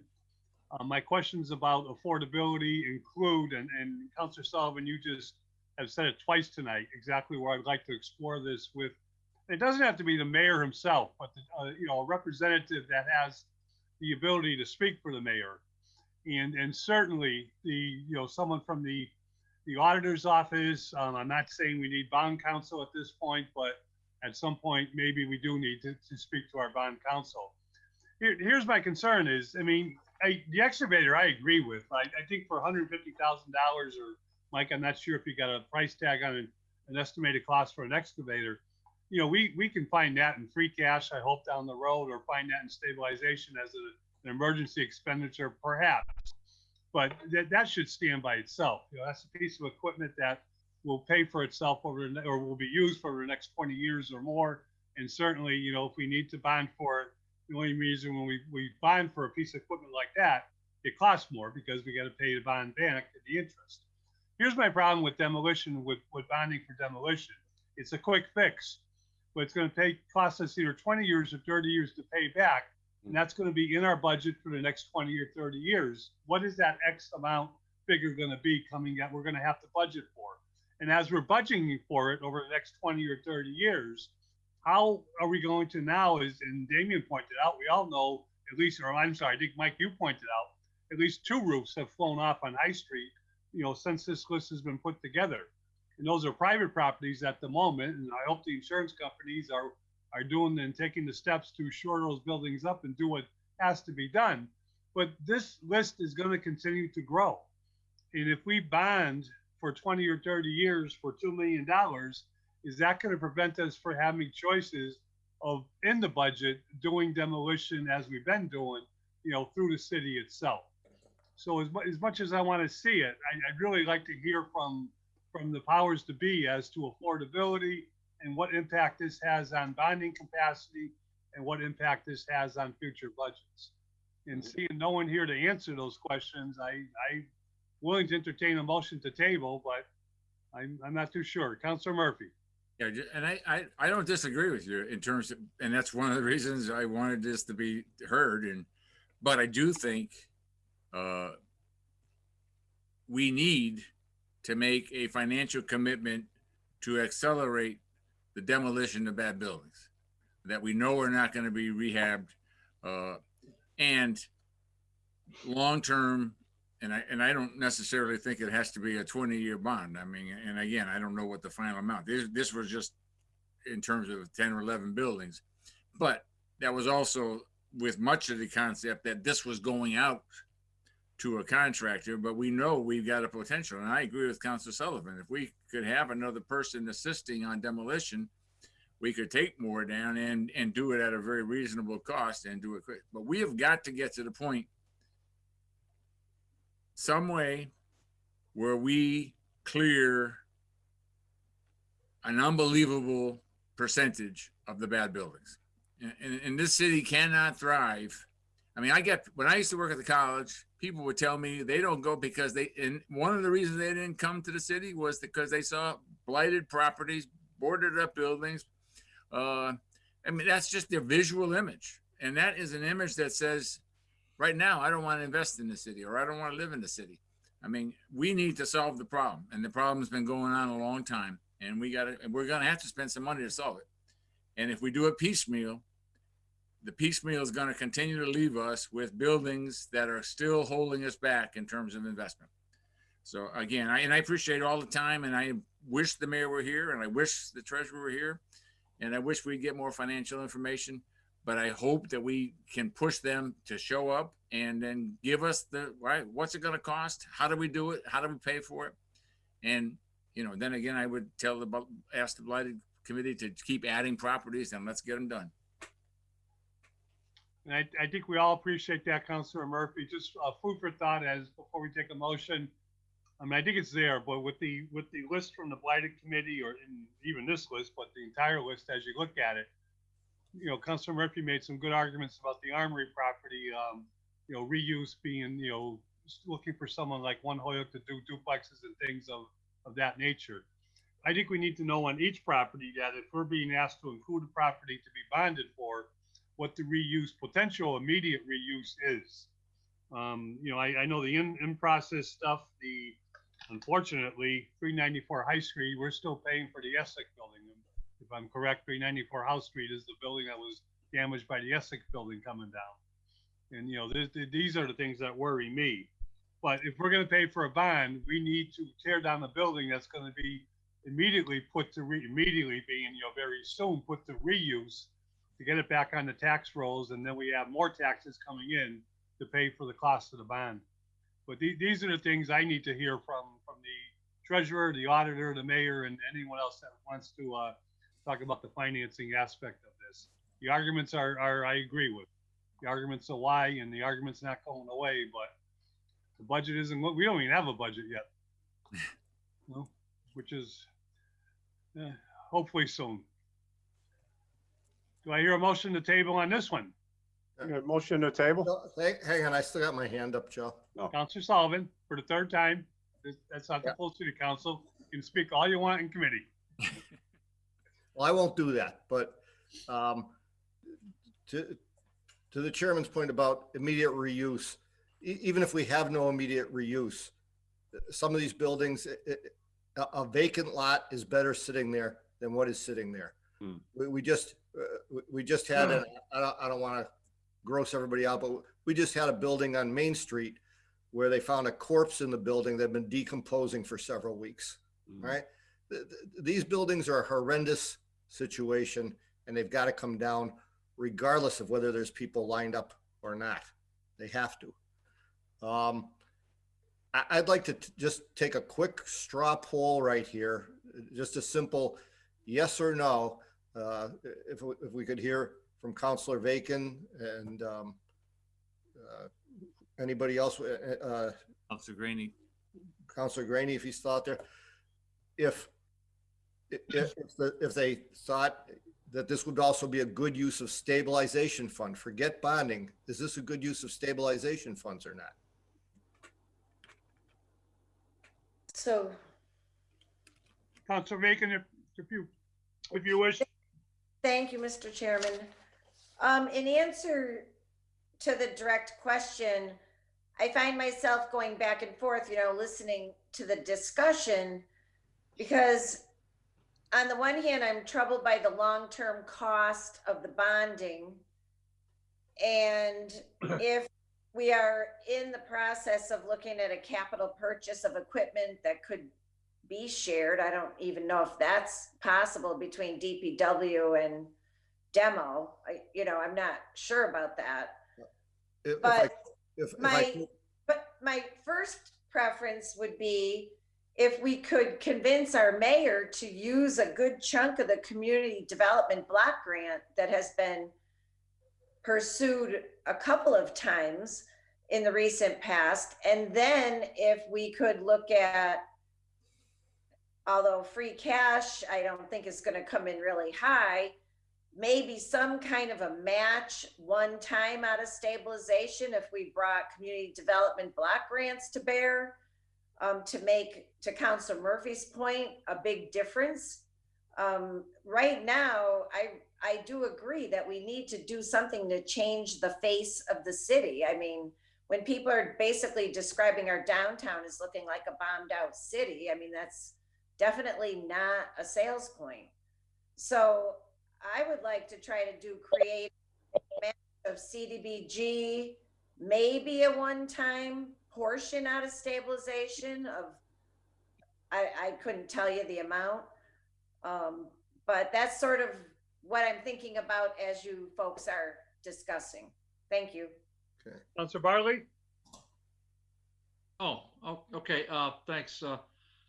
I was just wondering if, I don't know, I don't want to make a motion here, but if we're gonna be serious about tabling this, I got no problem tabling it, but tabling it so we get somebody from the mayor's office to come in. So what, I mean, I like to make a motion or get the chair to say, I'm going to talk to the president again, and the president's going to give us a firmer report next Tuesday about the mayor or his designee coming into city council. Would you be warm to that, Joe, or should we just sort of not talk about it? I'd be happy, to talk to the president. I'd be happy to talk to anyone. I hear from department heads a lot of times that they're invited or they're invited at the last minute, and it's not that they don't want to come in to see us. It's just they don't have fair warning, and I've brought that to Todd's attention. But I've also said, and I think every chair here, including yourself, David, understands that we often have like 2 or 3 days to put together these agendas, trying to turn around these items, especially finance and ordinance, trying to turn around items that come into the city council, and we have to get them out to get it by our rules, to get back a report to the city council. But I'll do whatever the committee thinks will help. And I'm kind of surprised at the treasurer's office. I'm sure there's a good reason. I'm not, because Sandy has always come in when we've asked her. And I just think this needs to be a finance debate in finance, not a demolition of buildings. The argument for demolition of buildings and what we need to do for overall for this city is a good argument. Can we do it by bonding? That's the question I have. Should we do it by bonding? Well, I think that's a good argument, but I think as the chairman knows, every single order from city council goes into the mayor's office. I think the chairman knows Which I that, don't so- understand why, David. What's that? I don't understand why. If it's a motion to go to committee, it doesn't have to go to the mayor's office. Yeah, right. Yeah, you're right. But they generally do. So at least they go into the clerk and it goes to the mayor's office. But look, I'd like to just get, you know, just because I know you're going to do it. I just will make the motion now that we get that we refer this to the finance chair or send a refer to the finance chair, and then we get the finance chair to get a communication from the council president, probably to all of us, relative to whether the mayor's or his designee is going to come into meetings, because this can't continue. We're just, you know, we're stalling. You know, we're in neutral, I should say. I'll be happy to do that. Thank you. Any further discussion on what's before us? Councilor Tallman? Yeah, briefly, I think Mike was asking for a straw poll. I go along, I would agree with Councilor Vaca, maybe possibly try to get some money out of the block grant money, and I think a small portion out of stabilization to try to start to get some of this list down and get some of these buildings taken down. But ultimately, the block grant money, I mean, we can vote on it, but the ultimate decision is the mayor's at the end. So if he's not interested in using block grant money, then it doesn't happen. I think we've tried that several times to try to put money in a certain area, and the final vote was the mayor's, and he disagreed with us on several occasions. So, but I would be open to looking at possibly, with the advice of the bond council, to possibly utilizing stabilization funds for this need. Thank you. Damian, Mr. Cody? Yeah, just one thing as I guess a reminder, because I've had to deal with the financial end of trying to spend this money, we'll say. Currently, we get a budget approved from the council for the just the standard line item, which is demolition, and it's one of the smaller places we can draw from. Block grant money has been approved between $100,000 and $200,000, I believe, on average for the last 10 years anyway. And then now we have the revolving building fund from the Board of Health, which took some years to build something, but it's averaging, well, we're getting about $50,000 to $75,000 in there that we can use for demolition. You total it all up, and there is some money there. One thing about the block grant money, just to keep in mind, is that there's an increased cost for when we do projects for demolition with block grant money. It's above and beyond the state wages. We have to pay the federal wage. And two is there's limitations on how much we can use per year, regardless of how much is granted for demolition. So the idea of block grant, and Alicia Zola would be the best expert on this, is that it's not for just removing buildings. They kind of don't like that from the federal regulations. So there's a limitation to what they call slums and blight work. And that's typically capped at $100,000 to $200,000 a year. So we did think of a creative idea that was tossed around. Alicia put it together that we could take 20 years of our limitation and do it all at once, but it would also include wrapping up all of the block grant money for a very long period of time. And then you have the limitations of the end use with the block grant money as well. So the process gets slowed down quite a lot. Using block grant, you can't spend as much. The dollar doesn't go as far, and you really have to come up with a approved use in an approved area of the city, which not all these buildings are in. So it's a good source of money. We use it, but it's not very easy. That's a good point. Thank you, Damian. Councilor Leahy. Yeah, thank you. Actually, I was going to say something similar to what Damian had said, just saying that it would be certainly a good use of the money, but it comes with a lot of different, different. It's more work to use that than I think that we think it would be. But to answer Councilor Sullivan's straw poll, I would definitely be in favor of that, as long as, we haven't seen really the proposal, but as we talk, I would certainly be in favor of it, because as Councilor Vaca had said, one of the things we need to do is to clean up the image and by doing so is cleaning up these buildings. You know, and so I would be in favor of it. You know, not having it in front of me right now, I would certainly reserve the right to change my mind. But just to answer Councilor Sullivan's poll, yes. Thank you. So the order before us was to have a discussion. We've had a good discussion. Unfortunately, not with everyone that we needed to have the discussion with. So I defer to the committee on what we do with this order next. Try to have another meeting and get the people in we need. Well, I would say, Joe, I mean, if I could, I don't think the order has been met. I don't think it's been complied with because there's still a lot of answers that are left on the table, or questions that are left on the table without answers. So I would suggest tabling it to a future meeting. Is there a second to that motion? Second. Motion made and second to table. No discussion on that motion. All those in favor, please raise your Aye. hand. Motion carries 3-2, I believe.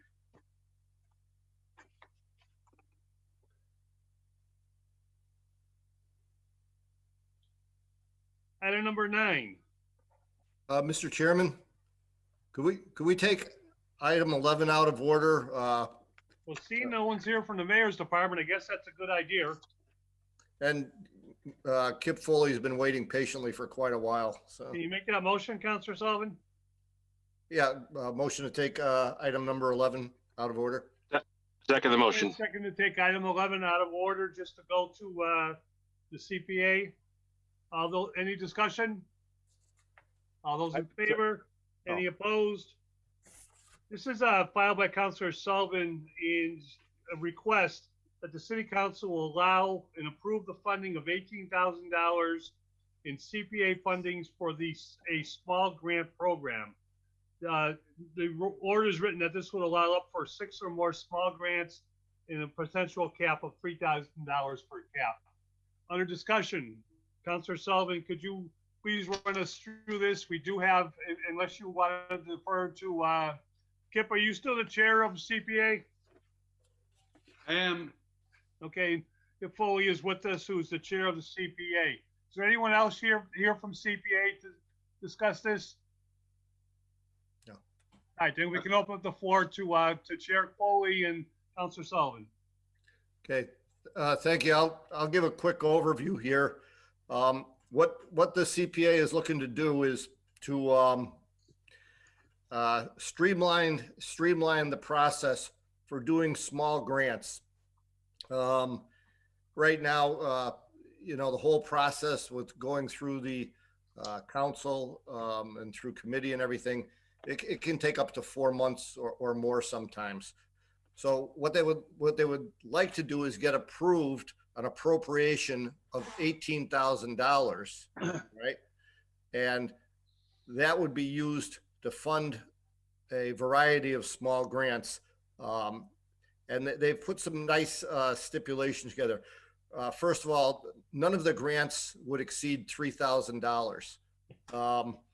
And the total project budget of any single grant would not be more than $12,000. Now, that's a cap and a maximum.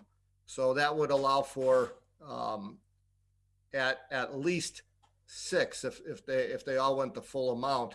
But it could be as many as 25 small grants that could be processed in a very short period of time by the committee. These would occur. It would also allow them to occur outside of the regular application process, which has, you know, strict timelines when they must be submitted. So if something comes up during the course of the year, it can be dealt with.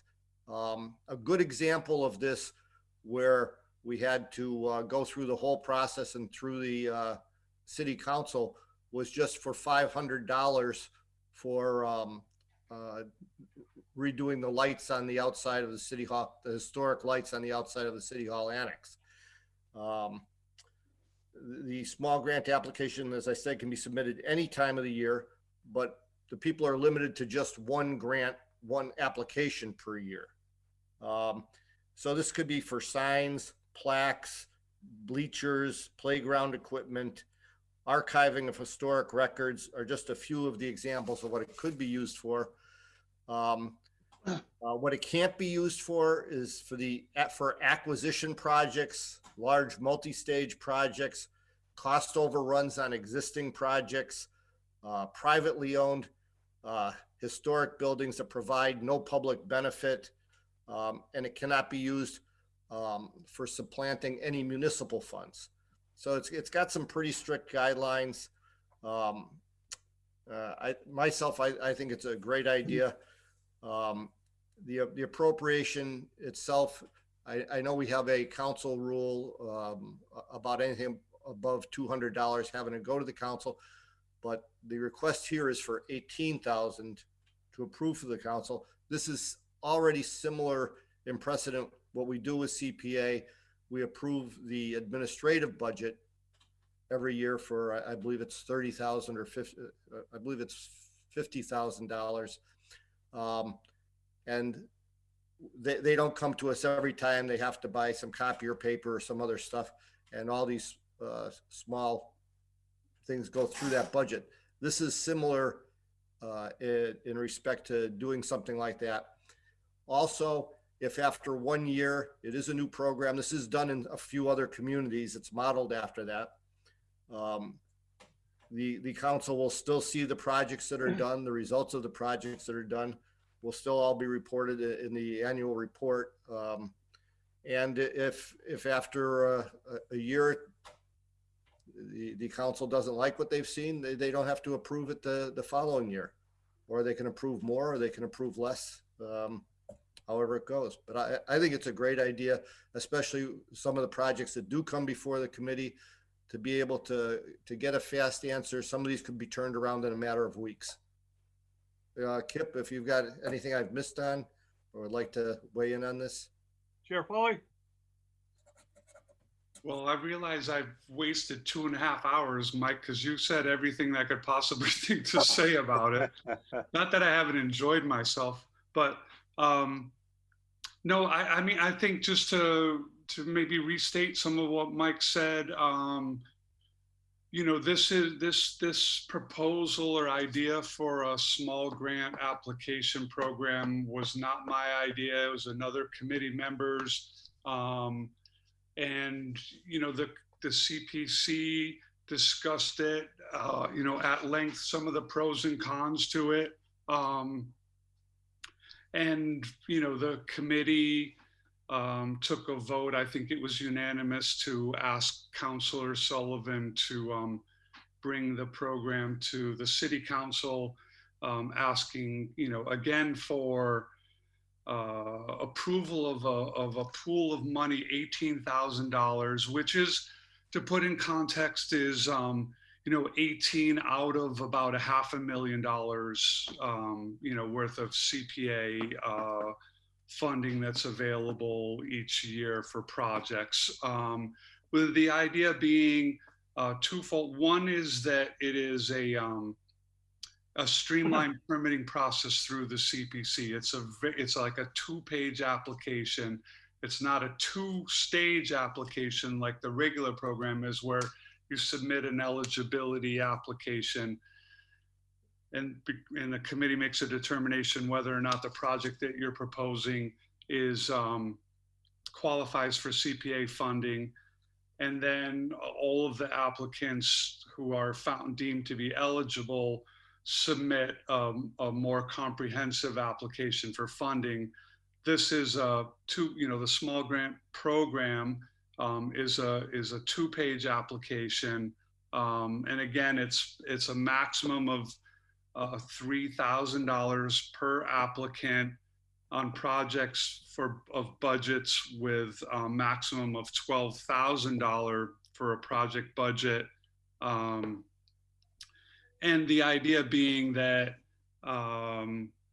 you know, we might see some applications from applicants who might be intimidated by a larger, longer process, and it allows the committee. I think another important part is it's like an open funding cycle. So if something comes up I hesitate, well, I'll give you, we have an application in front of us. Up at Community Field, Laura Farador's building, you know, working with the Parks Department, a toddler park. So she's come to the committee looking for some money to build some fencing around that toddler playgrounds, you know, to make sure that the kids are you know, not wandering off and in as safe as environment as possible. So what it does is it allows us to react more quickly to small applications like that. And, you know, that's a project that they're breaking ground or have recently broken ground on it. And, you know, if we were to use the conventional process, we could never fund that because, you know, when we have an open cycle, we don't need, the committee's not even voting on, you know, what recommendations we'll make to the city council under the regular program until late in the spring. And then you guys, the city council is typically, I think, kicking it to finance, and then finance is dealing with it, and then it goes back to the council. So, you know, by the time we're awarding money, it's, you know, it's midsummer. So it's, the idea is that to speed up the process, streamline it, make it a little less intimidating, and also not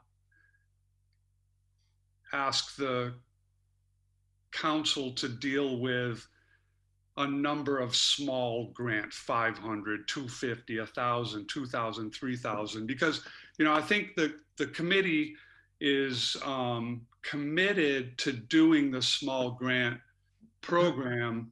You know, the question for you guys is, you know, do you want to look at each one of these individually, or would you prefer to, you know, allocate, you know, $18,000 to the, you know, for the committee's discretion under this kind of limited small grant program? So that's, you know, that's the idea.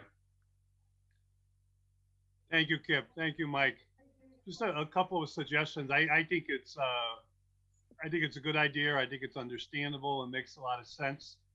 And Mike, just and you're saying it correctly, but I just want to suggest, you know, we do in the beginning allow for CPA to take whatever, we don't know, it's an estimated amount of dollars coming in through Comcast itself, but we do allow for $50,000 to be appropriated up front. You know, to add $18,000 on a separate appropriation at the beginning of the year, I think makes sense. I have no problem with 3,000 as a cap. I think you need a cap. Mike, if we could get the guidelines the committee has adopted in writing so we can incorporate them into our motion, I think that would work. They make sense from what you just said.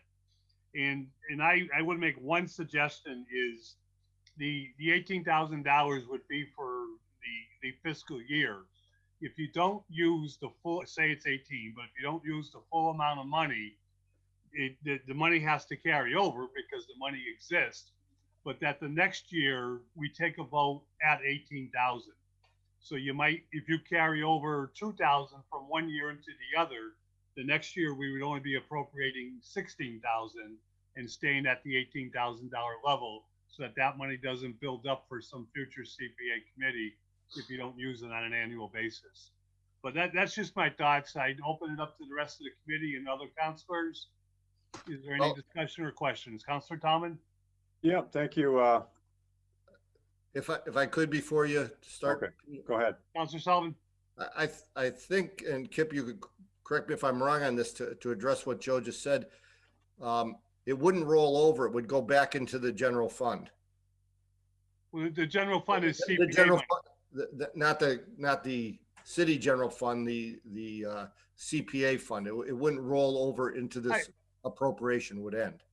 Mike, that's fine too. As long as we know it wouldn't build up. Yeah, as long as it's not building up in the 18,000. That's all my suggestion is. Right. And I know when you roll money over, it just stays in a category. That's why I said that. Yeah. Councilor Tallman, sorry. Yeah, thank you, Mr. Chairman, and thanks, Kip and Mike. Just a couple questions on the money that's the limit of the 3,000. How is this put out to? Is there already something in play where you like advertise this for these small grants? We have it on the website, right on the CPA website, and we do typically, our administrator does do some social media where they put things like that out on Facebook. I don't know that it has been released to Facebook yet. I think before doing that, we really wanted to kind of get a sense of how the council felt about this concept. Whether it would be a more compressed timeline or not before getting out there more publicly with it. And I think it's a great idea. I think the streamlining part is great, and I think the amounts, since they're small amounts, that the committee would be the ones handling these instead of coming back to the council for every single 25 different small grants. And the other question I had is, are these guidelines the same, Mike, as the regular, the parks fund, the home fund? Are they in the same line as what you do with the bigger ones? Yes, they follow. They have to follow exactly all the guidelines. Yeah. Okay, that's it. Thank you. Any further discussion? Councilor Vaca. Thank you, Mr. Chairman. Along the lines of what Councilor Tallman said, if we go with this small program, I'd like to see something going out to just the regular print media too. I know we rely a lot on websites and social media, but I'm not sure that captures really the broadest reach throughout our community. And at least one of the little local papers is going to be concentrating a lot more on Holyoke again. So I would hope we would use that vehicle also. Thank you. Thank you. Any other discussion? Seeing none, the chair will entertain a motion. I'd make a motion that we approve the funding of $18,000 for the CPA for a small grant program. I'll second it. Cap of up to $3,000 max per grant, and no carryover, and that will get the what the CPA uses for guidelines, your restrictions in writing. Yes. And it's for 1 year, right? It's for 1 year. We'd have to vote on it again. It's a one-time appropriation. Yep. Under discussion. Councilor Barley. Yeah, can we just through the chair to the CPA chair, Kip, I support this. What I don't like is when we don't put things in writing so that we all understand it and move forward. So I just threw the chair to Kip. If Kip, you just, how do we get this in written form and to some kind of a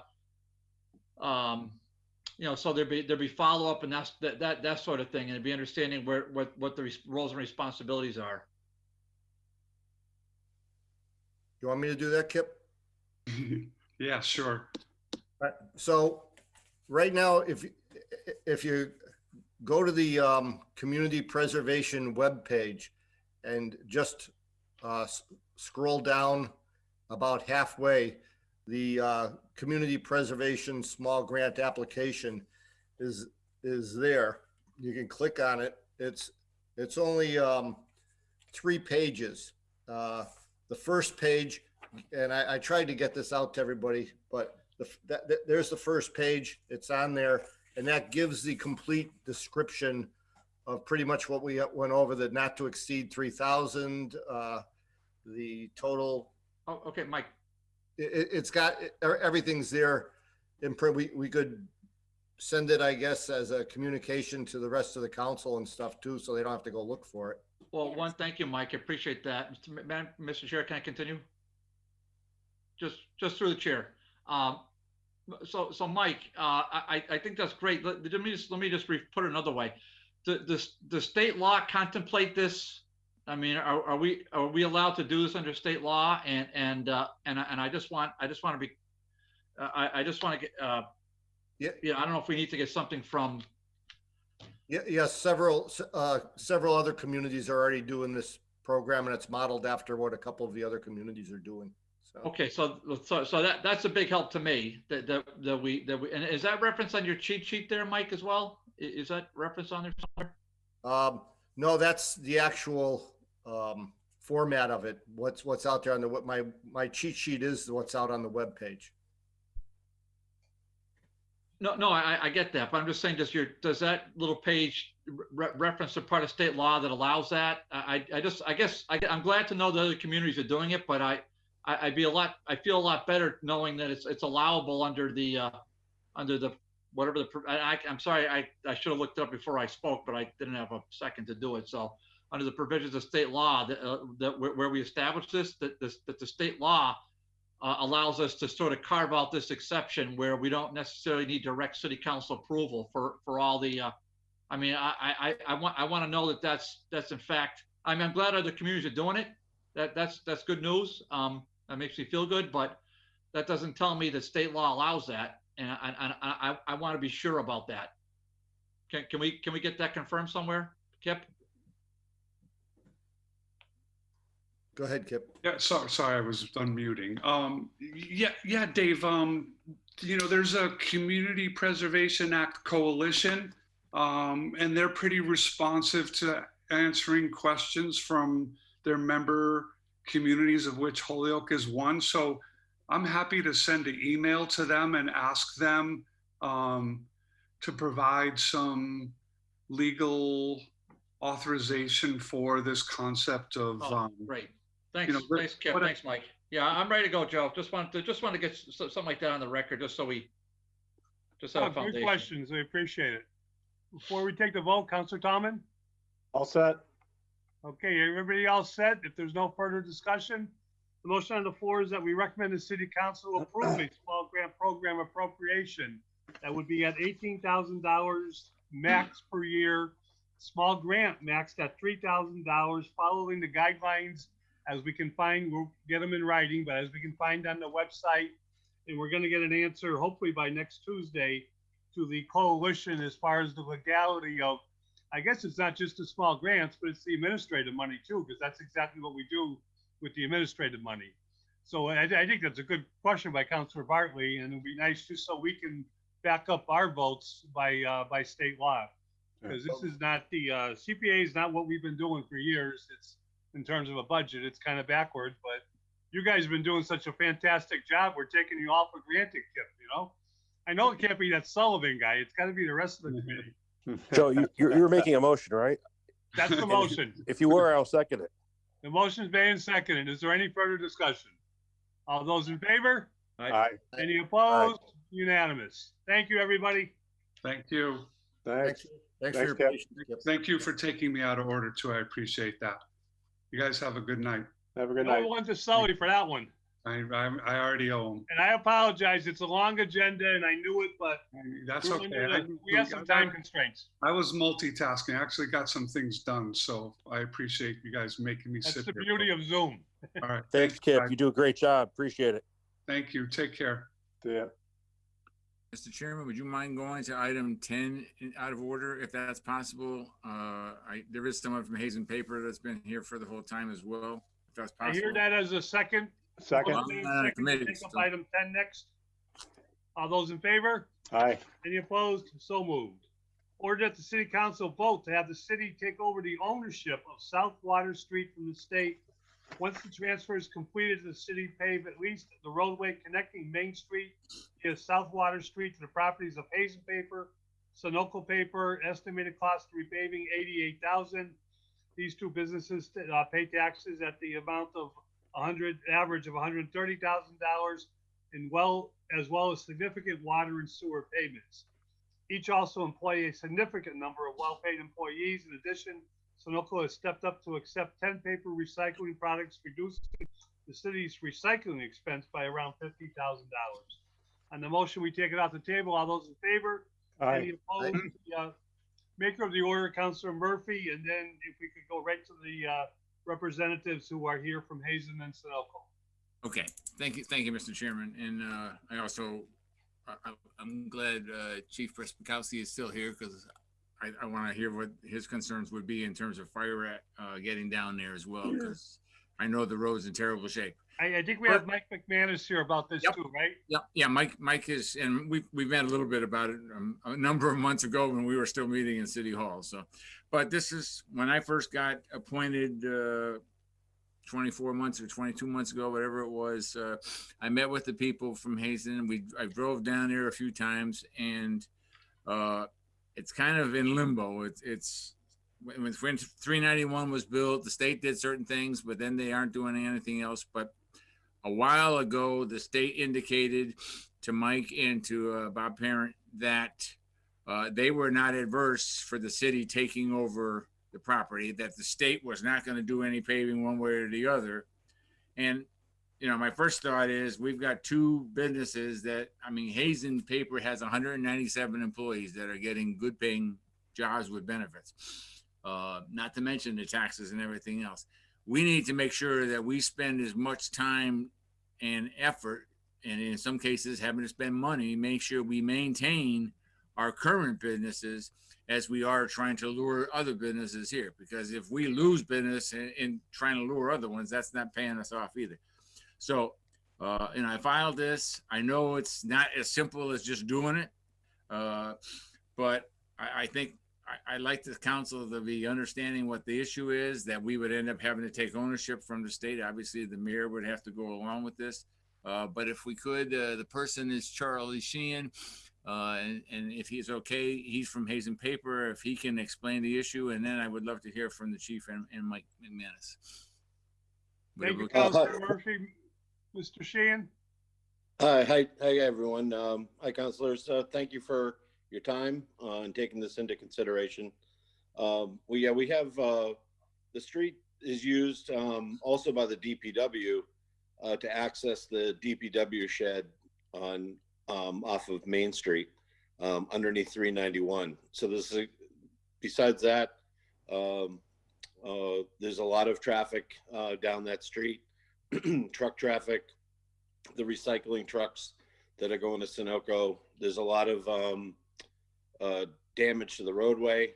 The interstate drains a lot of water down into that area, which is our primary concern, because there's really no place for the water to go except in the street, and it's creating significant potholes, lots of damage. The salt shed creates lots of damage to the roadway as well. So it's not just the Hazen Paper Company and Sunoco using it. HG&E accesses that behind our plant for their generators. So they're using it as well. It's in bad shape. We get potholes that are a foot deep. We're constantly trying to repair them, but the roadway needs to be replaced. We're trying to keep up the roadway that goes in front of Hazen up to Sunoco. We'll spend tens of thousands of dollars this year in repairing that road. And it is our property, but it's used by a lot of different people getting to Sunoco to recycle their paper. And I'm a representative of Hazen Paper. We do employ, we have over 200 employees now. I just hired 3 people from Hamden Paper. We're interviewing more people from there.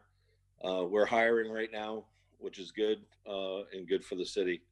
And we appreciate, this consideration. I'll take any questions if anyone has any questions, but this has been bad shape for many years now. Thank you, Charlie. Are there any questions for Mr. Sheehan? And Chief, would you like to weigh in?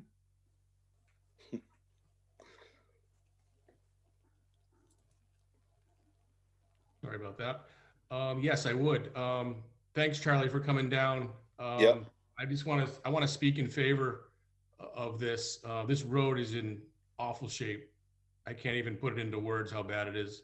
It's very tough on fire trucks, obviously, getting down there. When Charlie says some of the potholes are a foot deep, he's not lying. You could put a Volkswagen in some of those things. Regardless, even as you get closer to the Hazen Paper Factory and down by Sunoco, you have the railroad tracks, and the road becomes very uneven, and it puts a lot of strain on the suspensions of the big trucks. So whatever we can do, if that's part of the proposal to make that road even and rebuilt, I'm totally in favor of it. Sunoco and Hazen Paper have been great community partners. I can't say enough about them. And whatever you guys can do to help them out, I am totally in favor of. Thank you.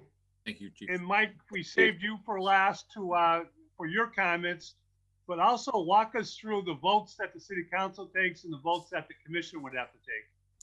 The logistics of the procedure. So logistically, I think DPW would have to work through the process with DOT, with the state, to truly figure out how we can take ownership of the road from them. They've suggested that they're open to the process, but we haven't truly defined that roadmap, the way to get to where the city would take ownership. And the thing is, we can't tap into Chapter 90. We can't tap into that money to make upgrades to the road that the state owns, as long as they own it. So we need to work out that process. And then once the city were to take ownership, I believe it's with the Board of Public Works to accept the street, and the city council to accept the street. And then once accepted, we can start using Chapter 90 money to make improvements. Because really, the Chapter 90 is the only source of funding that I know of right now to make improvements to that road. Mike, does it make sense? The arguments are all fine. I think we're all in agreement, not just Hazen and Sunoco, but both are not just community partners, Jeff. They're also some of the best corporate citizens we have in the city over the years. Everything they've done, and we could speak for a long time about the ownership and the management and the employees. Are just wonderful. Also, if I remember correctly, do we as a council refer this to the DPW commission because they hold the public hearing, get it back to us real quick, and then we can take our vote? Is that accurate? That's accurate, but I think there's a lot of other work that needs to be done before we can get to that point where we have an agreement with the state that the city is going to take over the road. Do you need anything from us to do with the state? Can we send a recommendation to the state? No, I mean, you could send a recommendation to the state. I'm not sure if it would do anything because the state, yeah, as you've seen, the state does what the state wants to do. And my understanding is they're open to the idea, so we can further that dialogue and continue advance the discussion in the direction of the city taking over that road. Okay, we have a new, a state rep elect, and we have a new state senator on board.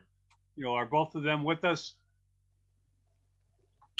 I'm not sure if they're aware or what their stance is. I think they're too. I'm sure Aaron Vaca was working on it, and but I'm sure John Villas and Pat Duffy, if they get up to speed, would certainly support us.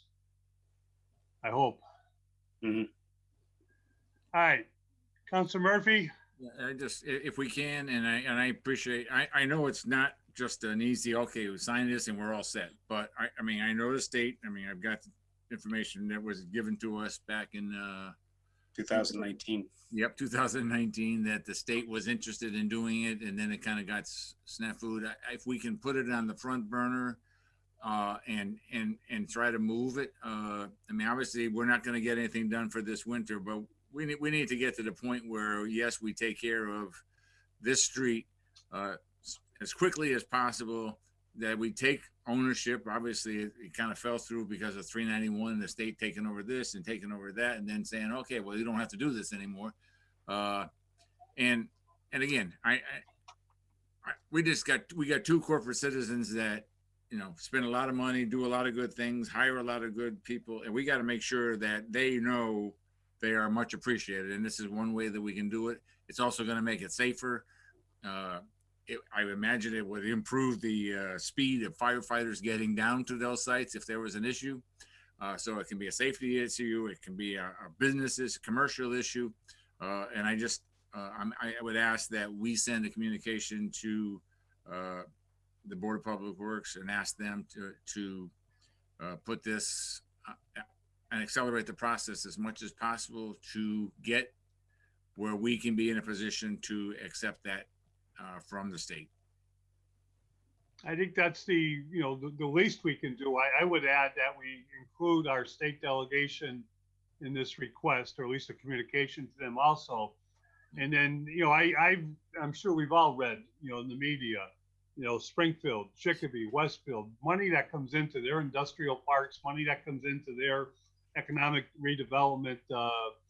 I wish Marcus was with us, but one of the not the redevelopment authority, but the big group, regional group, that these, grants, this is ideal to protect, two important corporate citizens, two important employers in the city, and to help the city, in terms of what we're trying to do to maintain who we are in our commercial base. And I think that, if our state delegation can't help us here, then we're in trouble, because I see it in other communities, and I think the money's there at the state level, and I think we just have to, put ourselves in a position to ask for it, and I'm confident that we'll get some help from the state.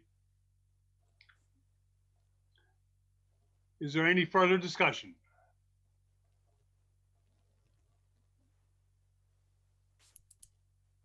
Mike, does that make sense that we take a vote now to refer to the DPW and wait the DPW's response, and in the meantime communicate with the state delegation? And I mean, you can certainly do that, but I'm gonna. Bob and I were texting this evening about this order, so I'm gonna send him a text now that this is now to go on the front burner, if you will, and we'll start working on it. I appreciate that, Mike. Thank you, and thank you for always being upfront. It helps us make our decisions. Councilor Bacon? Can I just chime in quickly off topic? Since Yep. we have Mike on the Zoom, can you put Sunset and Ashley at the top Yes. of the list too, please? Thank you. And Ashley. We won't talk about what's the little off of School Street and the Old Jarvis yet, right? Oh, Old Bassett. Old Bassett, sorry. Yeah. I wasn't done, not Old Jarvis, Old Bassett. Okay, any further discussion for this? Councilor Murphy, or you not even on the? No, I'm happy with it, and Mr. Sheehan, I hope that sounds like something that would be pleasing to Hazen. Yeah, absolutely. I want to thank everyone for their consideration and their time tonight. And Charlie, don't be afraid to reach out to our new senator and to Pat Duffy. I think you'll find them very responsive, and we're going to reach out to him ourselves. Thank you very much. Terry's been great to work with. I appreciate his help, and we've worked with Linda too. Thanks, She's Charlie. been very helpful as well. Thank you. We're going to keep him for a while. Good. Okay, a motion. Make a motion that to the city approve. We recommend the city council recommend to the DPW commission to proceed with the Southwater Street takeover, making it into a city street, and that we also send letters of communication to our state delegation and whatever powers that we see on the state level to look for support for this. Second. All those in favor? Aye. Any opposed? So moved. Thank you, Mike. Thanks, Charlie. Thank you very much, Chief. everyone. Thank you. Have a good night. Good night.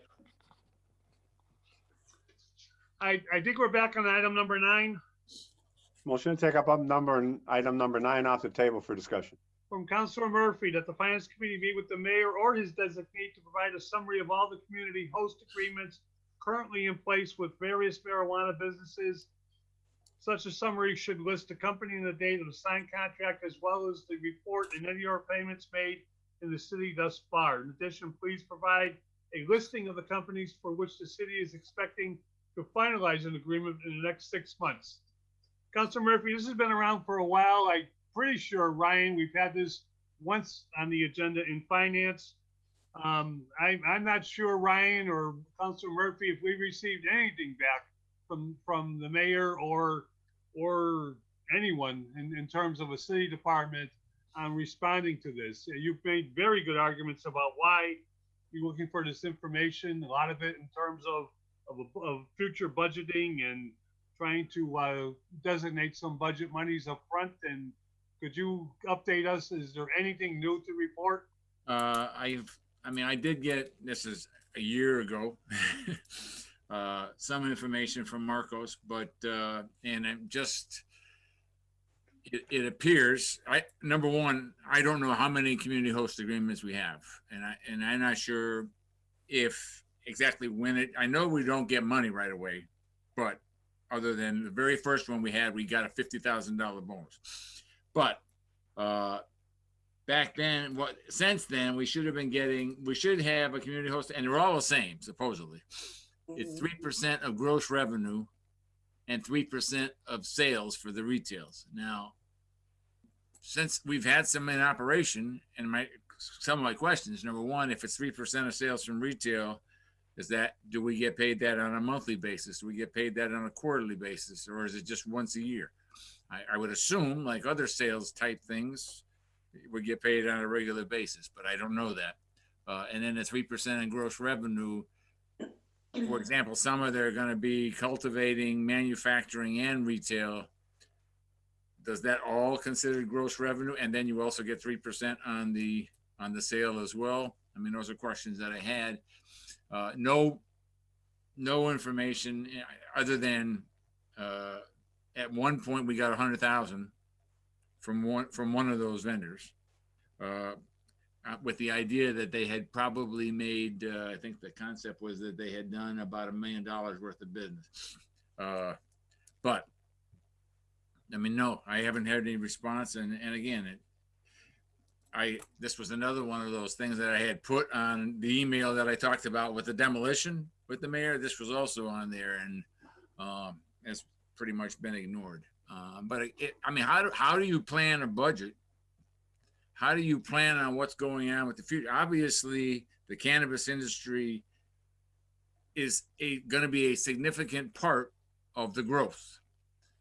And yet no one's telling us what that growth potentially could be and what kind of statistics we have already from those that are in operation now. And that's all I'm looking for, is to get some information on in terms of that. Know the specifics. I know originally there was the first one had an agreement to donate money to nonprofits in the various neighborhoods. I don't think that is part of any future agreements from what I understand.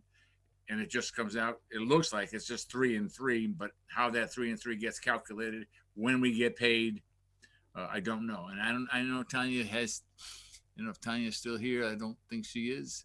But I wondered if we had any additional information as to how much we've taken in, from whom, and based on what. And it's just disappointing that I know we try to work in cooperation with the mayor, and I know there's been some tension, but there's tension in the last election. We all got to get along, and in order to get along, we got to communicate with each other. And I just hope that we will. Unfortunately, we don't have the information here to get an answer. I don't have it. I was hoping to get more information so that we'd have an idea. Are we going to take in $2 million, or are we going to take in 200,000? And maybe it's a lot more, maybe it's a lot less. But I mean, obviously, it would be nice to know we got growth coming in that's going to be $2 million. Then we got a little opportunity to plan a few things. So that was my goal, and also just to get a complete understanding of the community host. And my understanding is Northampton and a few others have pretty much announced what their community host agreements are and what kind of money they're taking in. And I'm not sure why we are not. Any further discussion?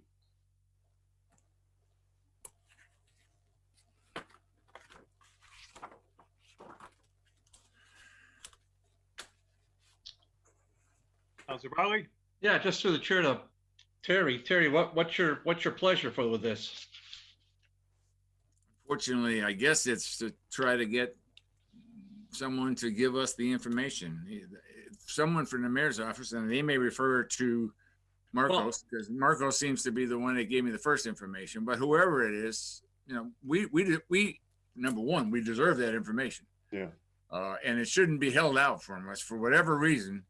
I mean, if they can't share that information, why should we trust them with anything? So, I mean, let's share, let's get the information out there. So I guess, David, if I guess I'd say one more time, let's ask them to come in and give us the information so that we can discuss it in committee. Yeah. Right. And then if that doesn't happen, then I would tell you at some point, when something comes from the mayor, we just table everything the mayor wants. Councilor Briley, still on the floor? Yeah. Yeah. Just to the chair to Ward 2 Councilor. So, have we attempted to get this information from the city auditor? I got some of it from that 100,000, and that I think came from her to Marcos. But then he's the one that got it from her to me. But after that, I haven't got anything else. And where it comes from, I haven't got it. All right. So why don't we make a motion, if you may think it makes sense here, that we ask for communication from the auditor and the treasurer as to what funds have been received to date relative to this, and then to have them communicate that to the finance chair so that we can table this now and we can add this to our next finance committee agenda. Why don't we do that, Terry? I'd be fine with that. And again, That's my motion. and also if we can, to still request all of the community host agreements so we know where they are. And the order is the order, Terry. Their status. Yeah. The order is the order. I mean, although now we know the order doesn't really mean order. We know we're learning that from the city council president, but that's okay. We'll pull out the dictionary next time we hear that. But so that's my motion. I heard a second. So second. Can you just repeat the motion? We want to communicate to the auditor. No, we want to receive a communication from the auditor, the treasurer, relative to what funds have been collected pursuant to this to date, pursuant to this order. So in other words, Joe, what funds have been collected from host agreements and the host agreements, 3% host agreements and whatever else is on here. So well, I agree. I think it should be not just what the city has received, but what if any have they paid to I think I call that the Nelson Roman amendment, but what else they paid to any nonprofits. Yeah, and great. I agree to that, but it's not the full question of what Councilor Murphy's asking. I think we need to know that. But Councilor Murphy, I think what you're asking is, what are the projections for the purpose of basing a budget? This budget, which we don't have, but more important, next year's budget. And I'm dumbfounded too, because how do we, I think Councilor Lisi, as chair of ordinance, said that she just talked to us all last week at one of the orders that she's put into rewriting or amending the ordinance for especially for marijuana manufacturing. There is a ton of applicants looking for the right to do manufacturing within the city, within our older stock of industrial vacant buildings. We have a number of retail applicants too, but that's a slower process. But for projections, we need, and I would think that if I was the chief financial officer of the city, who is the mayor, then I'd want to know those projections right now. Where are we going? But yes, Councilor Barley, I can only recognize at this point your motion that we communicate with the auditor, the treasurer immediately to know what we do have, and maybe we can add a little amendment just to say what projections they're using.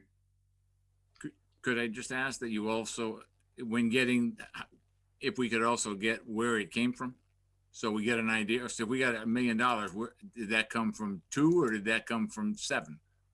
So I'll make the friendly amendment that that not only do we send the communication, that in the communication she doesn't just give a raw number. She says explicitly from whom the funds are received. Okay, so the motion has been made. It's been seconded that we communicate with the auditor and the treasurer on any monies that have been received in terms of these community host agreements with marijuana manufacturing and or retail. And from whom they've been received. And from whom they've been received, specific. All right. Other discussion, Councilor Sullivan? I just want to clarify something for the committee. And so the host city agreement doesn't get us the 3. That's where they agree when they're up and running that we can get the 3%. All right. Right now, we only have 3 dispensaries up and running. So for host city agreements, we probably have 40 of them out there, and some of them aren't worth the paper they're printed on. So as far as finding out what we've got, it'd be nice to know how many of these companies are already folded up and gone away. I know of at least 5 that have already just disappeared. All right. They've gotten a host city agreement, but we're never going to see any money out of it. What the host city agreement defines is when they're up and running, when they get their state license and they start manufacturing, they start selling, what our piece of the pie is going to be. Right now, there's only 3 dispensaries up and running. And as I understand it, that money is paid on a quarterly basis by the state. The manufacturers, to the best of my knowledge right now, there's only 1 up and running, right? And 1 very close to being up and running, all right? And that is done on an annual basis, right? And comes out on the cherry sheet. So,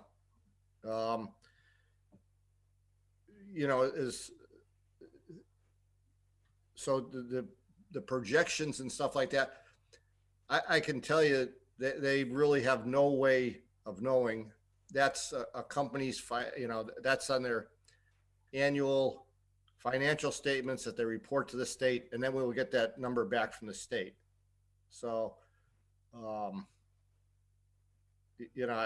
don't think there's anybody really that can give us a definitive answer. It's still kind of a wait and see thing, to the best of my knowledge. Any further discussion? First on the motion to reach out to the auditor, and to this treasurer, and perhaps include the OPED director. If there's no further discussion, all those in favor? Aye. Opposed, so moved. And then I think I heard it just on a separate motion that we table this to get the information back.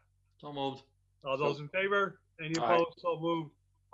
Just for the record, it got passed on to me. I know the mayor, through the mayor's office and Mr. Bloomberg, were made aware of our request to have someone to represent the mayor here at this meeting. I just found out that I'm sure it was inadvertent, but that the treasurer did not receive a communication that we were looking for her to come in. So just so we know, just so everybody knows, that we'll make sure the next meeting that we get Sandy the communication, because like I said, she's always been coming before us when we've asked her to. Even Thank you for that explanation, Joe. As an elected official, doesn't have to. She's been wonderful about that. Where are we? All done. No, I think we got to go to Councilor Bartley's orders, and then we're out of here. Am I right? We've done 9, we've done 10, we've done 11, 12 and 13.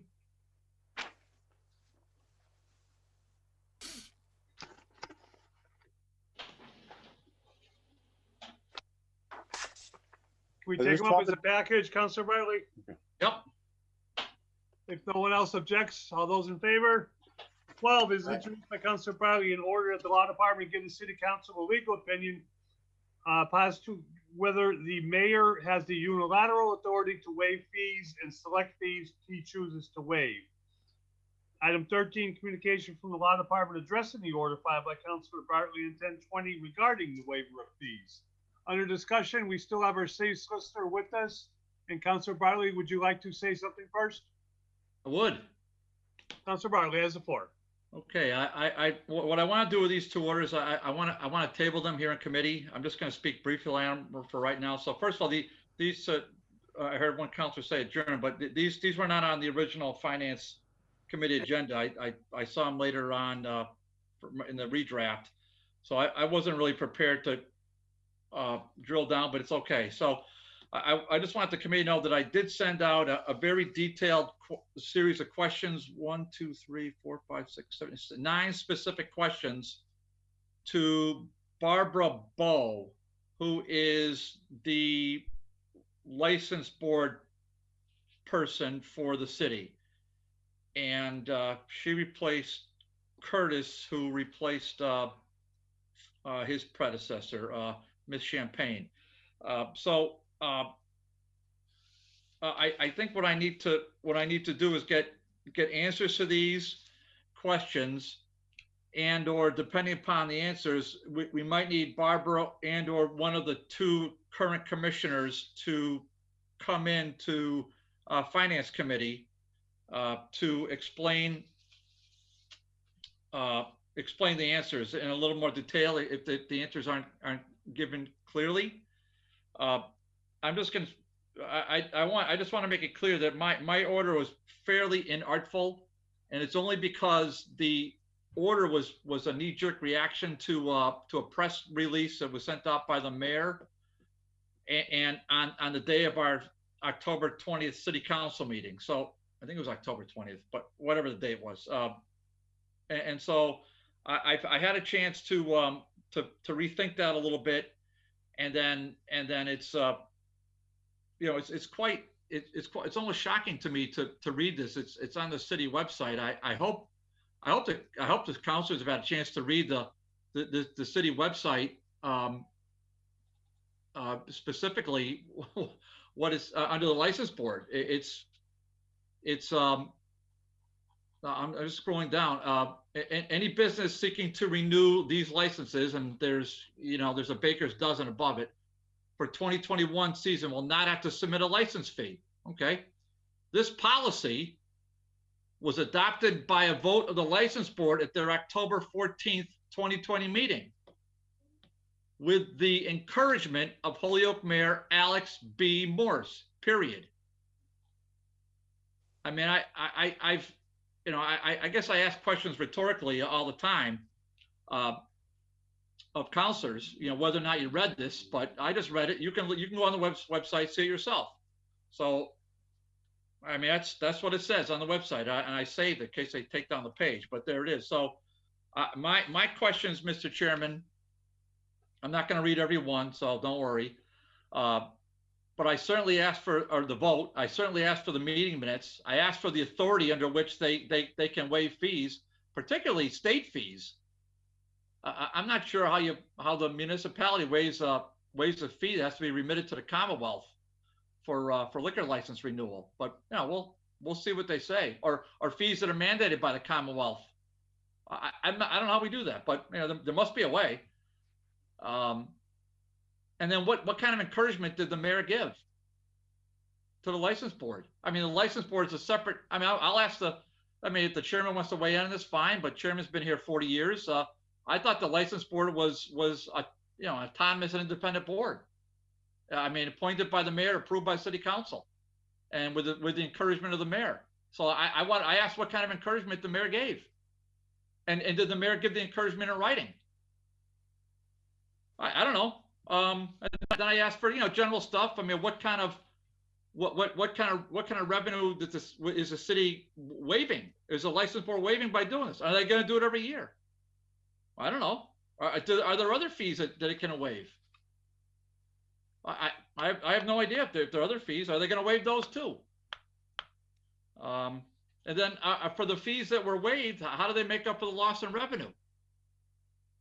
Does anybody ask those questions? I know they're all rhetorical. I don't expect any of you to, say a word or make a comment.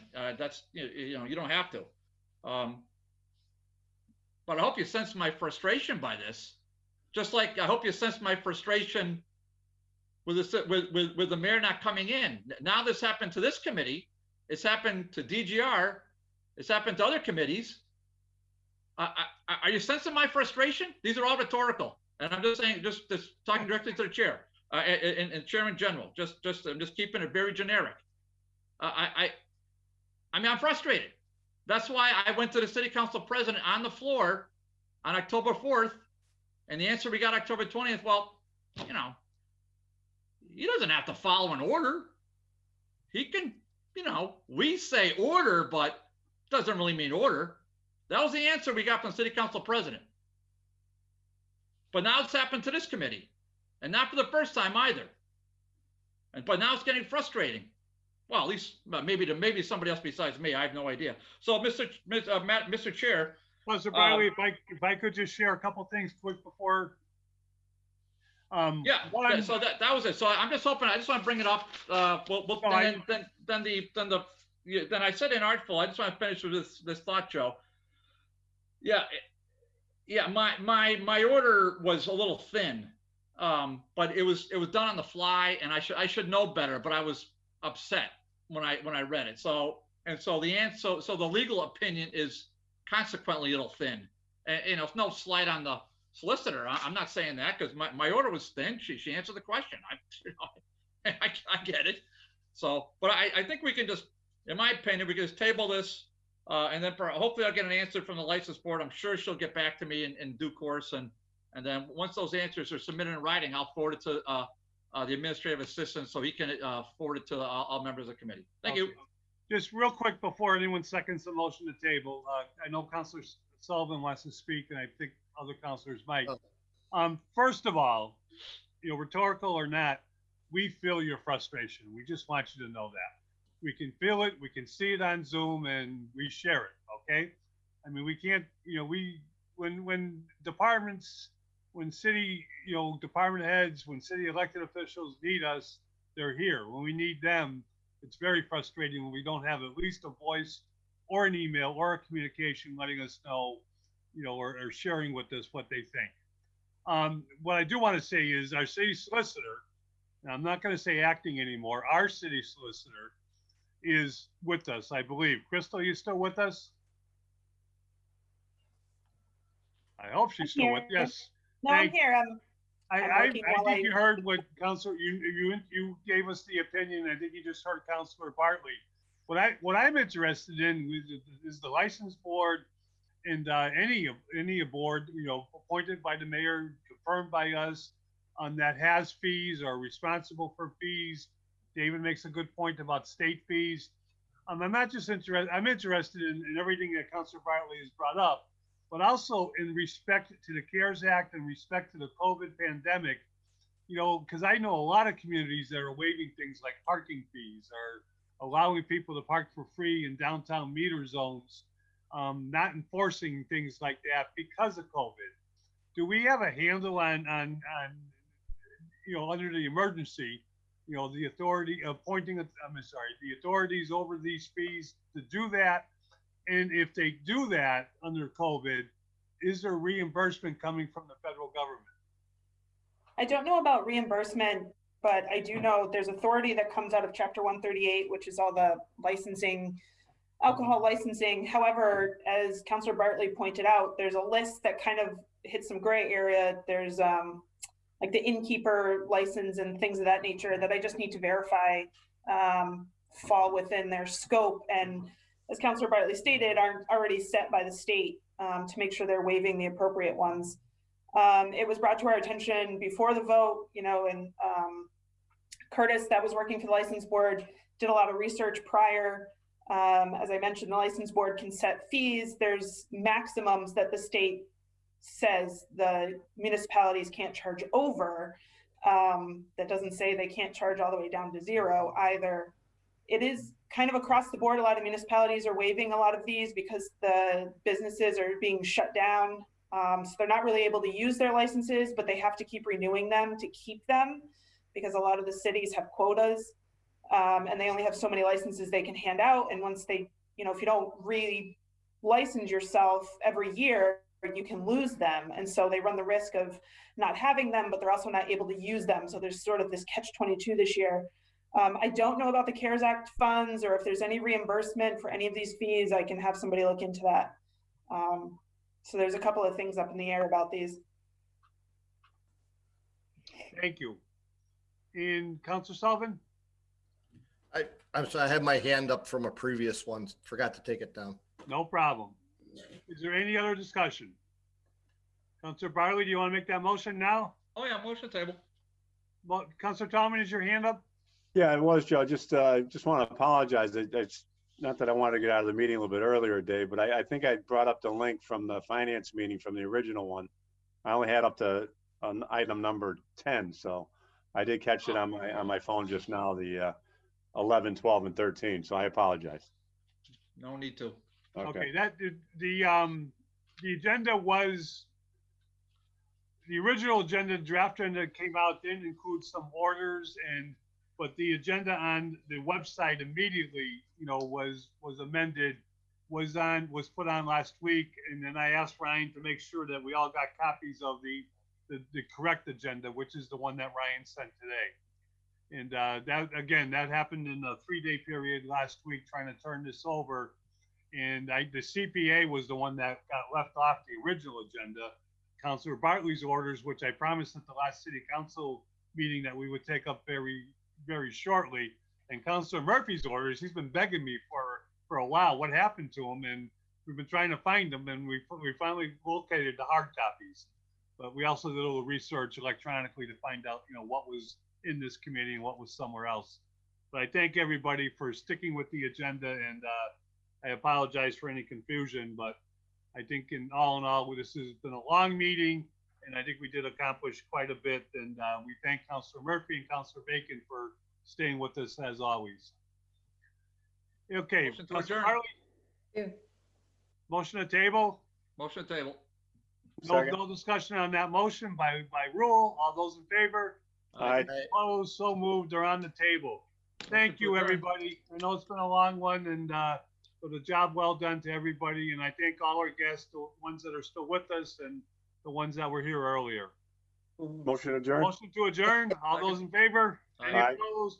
We are adjourned. Good night. Good night. Everybody. Stay safe. Have a good night.